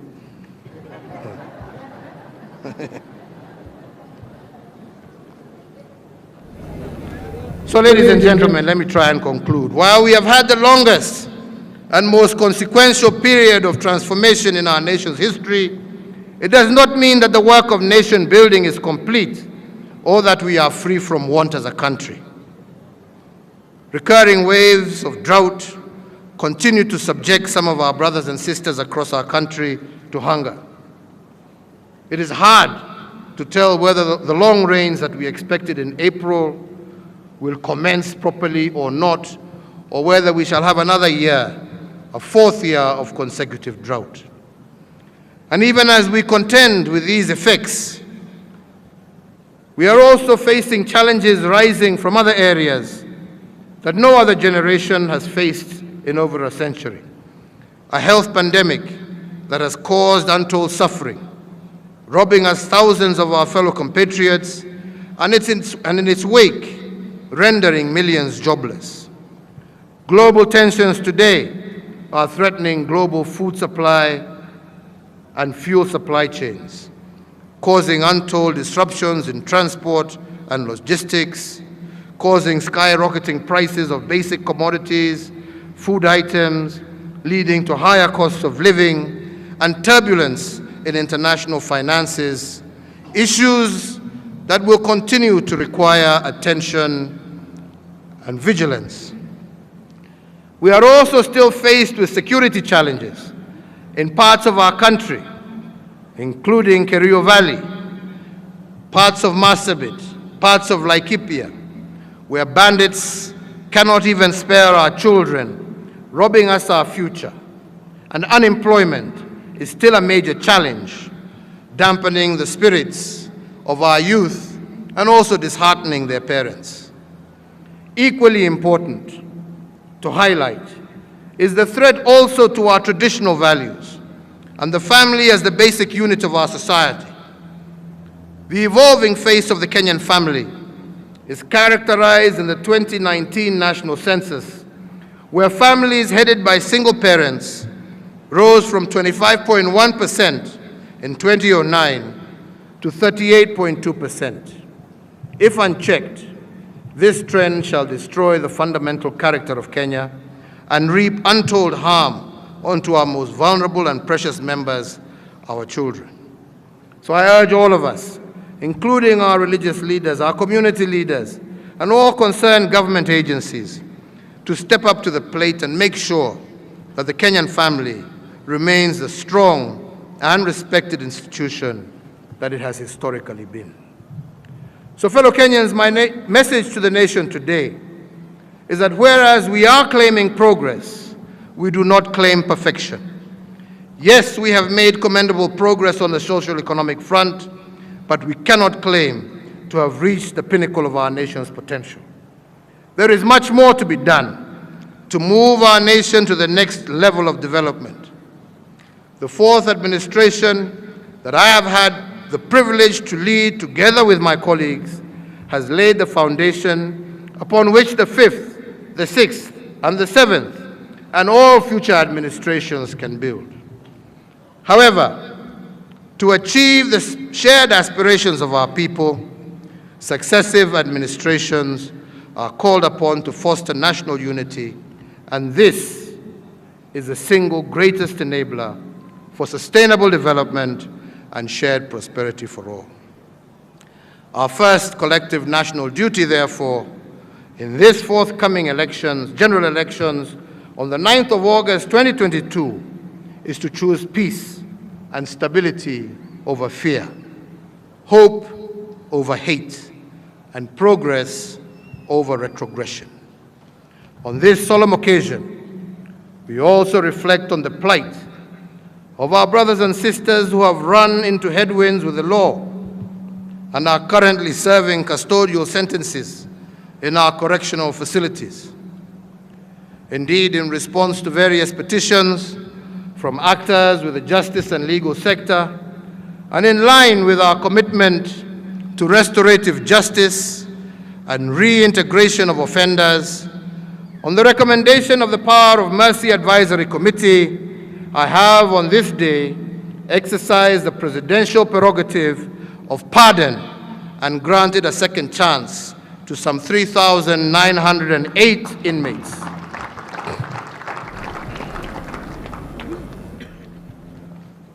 To those that have been pardoned, mine to you is that you should now be change makers in our society and restore faith and confidence in our criminal justice system.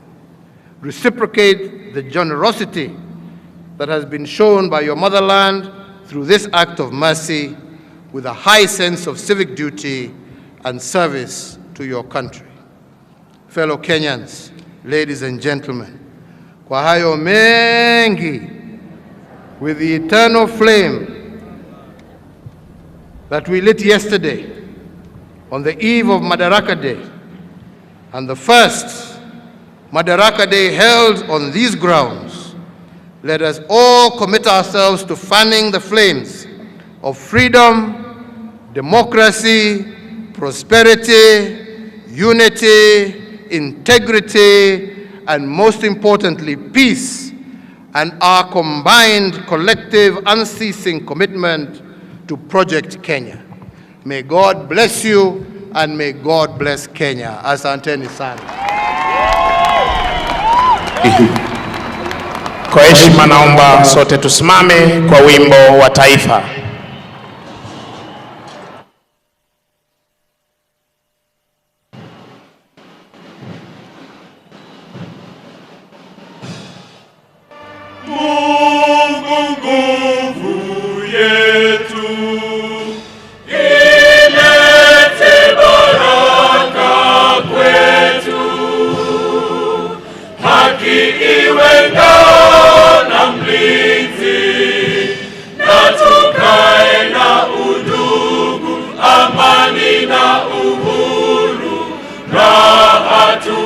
tena ustawi.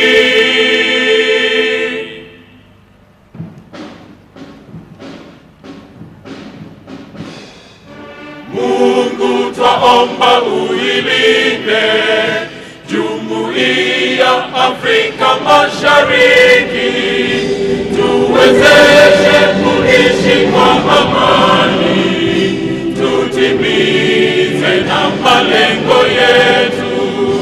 Jumuiya yetu sote tuilinde, tuwajibike, tuimarike. Umoja wetu ni nguzo yetu, idumu jumuiya yetu. Asanteni sana. Ningeomba tuweze kutulia popote tulipo, wananchi wazalendo.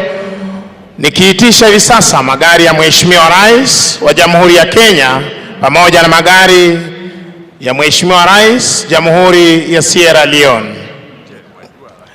Kisha baadaye je wajua iweze kuendelea, na hapo hapo nikiitisha magari ya mkuu wa majeshi ya ulinzi pamoja na service commanders.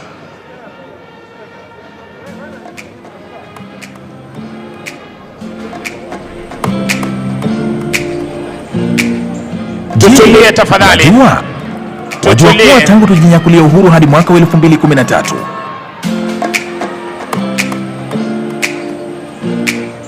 Je, wajua? Bendi, asante. Tangu tujinyakulia uhuru hadi mwaka wa 2013. Asante Bendi. Kenya ilikuwa na kilomita 13 za barabara za lami pekee.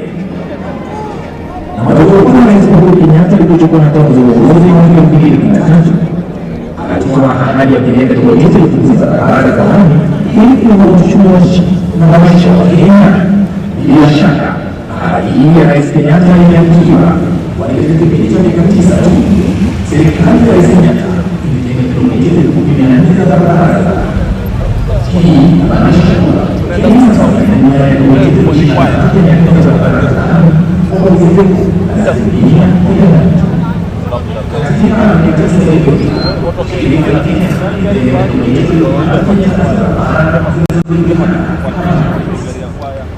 Ni dhahiri kuwa katika kila pembe ya taifa hili Wakenya wanajivunia barabara za lami. Asante. Sasa tulete msafara wa Mheshimiwa Rais wa Sierra Leone.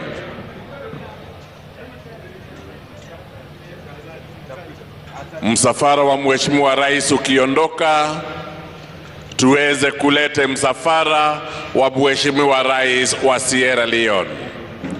Magari mengine yote yabaki pahali yalipo.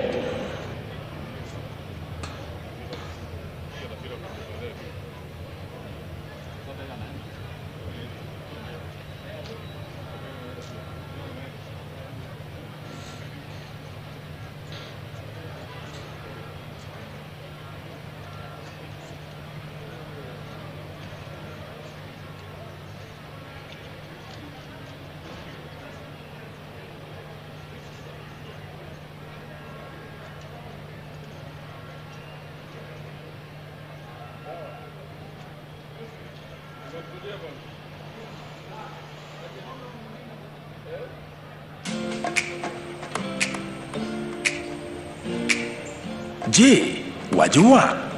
Wajua kuwa tangu tujinyakulia uhuru hadi mwaka wa 2013 Kenya ilikuwa na kilomita 13,000 za barabara za lami pekee. Na wajua kuwa Rais Uhuru Kenyatta alipochukua hatamu za uongozi mwaka 2013 alitoa ahadi ya kujenga kilomita 10,000 za barabara za lami. Na ndio maadhimisho ya 59 ya madaraka, na Rais Uhuru Kenyatta amemaliza hotuba yake, hotuba ambayo imekuwa ndefu kiasi fulani Rashidi, lakini bila shaka wengi ambalo nimeona wakilizungumzia ni ile itifaki ambayo rais kidogo ameiondokea, na punde tu baada ya kuwatuza wale ambao wamepata medali mbalimbali kwa sababu ya kazi ambazo wamefanya, akaenda moja kwa moja kwa hotuba yake pasina kualikwa na naibu wake, pasina kualikwa naibu wake na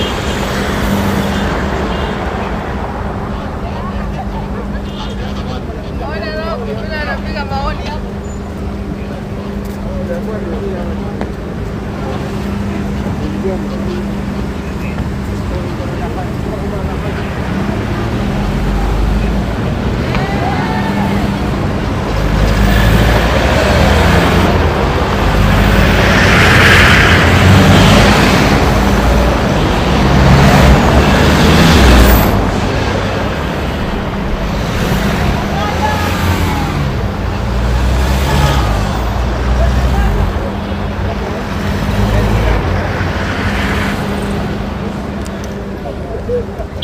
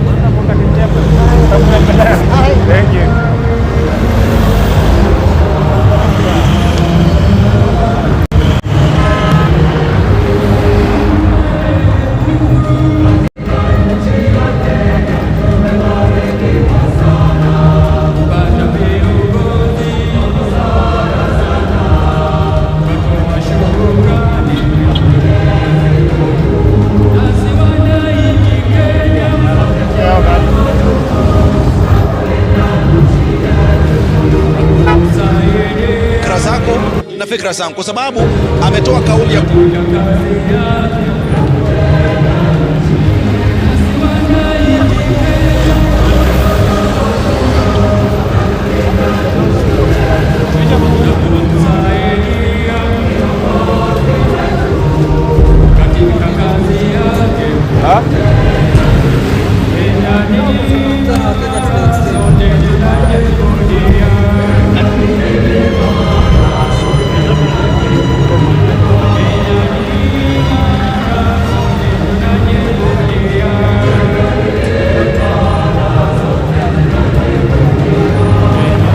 Thank you.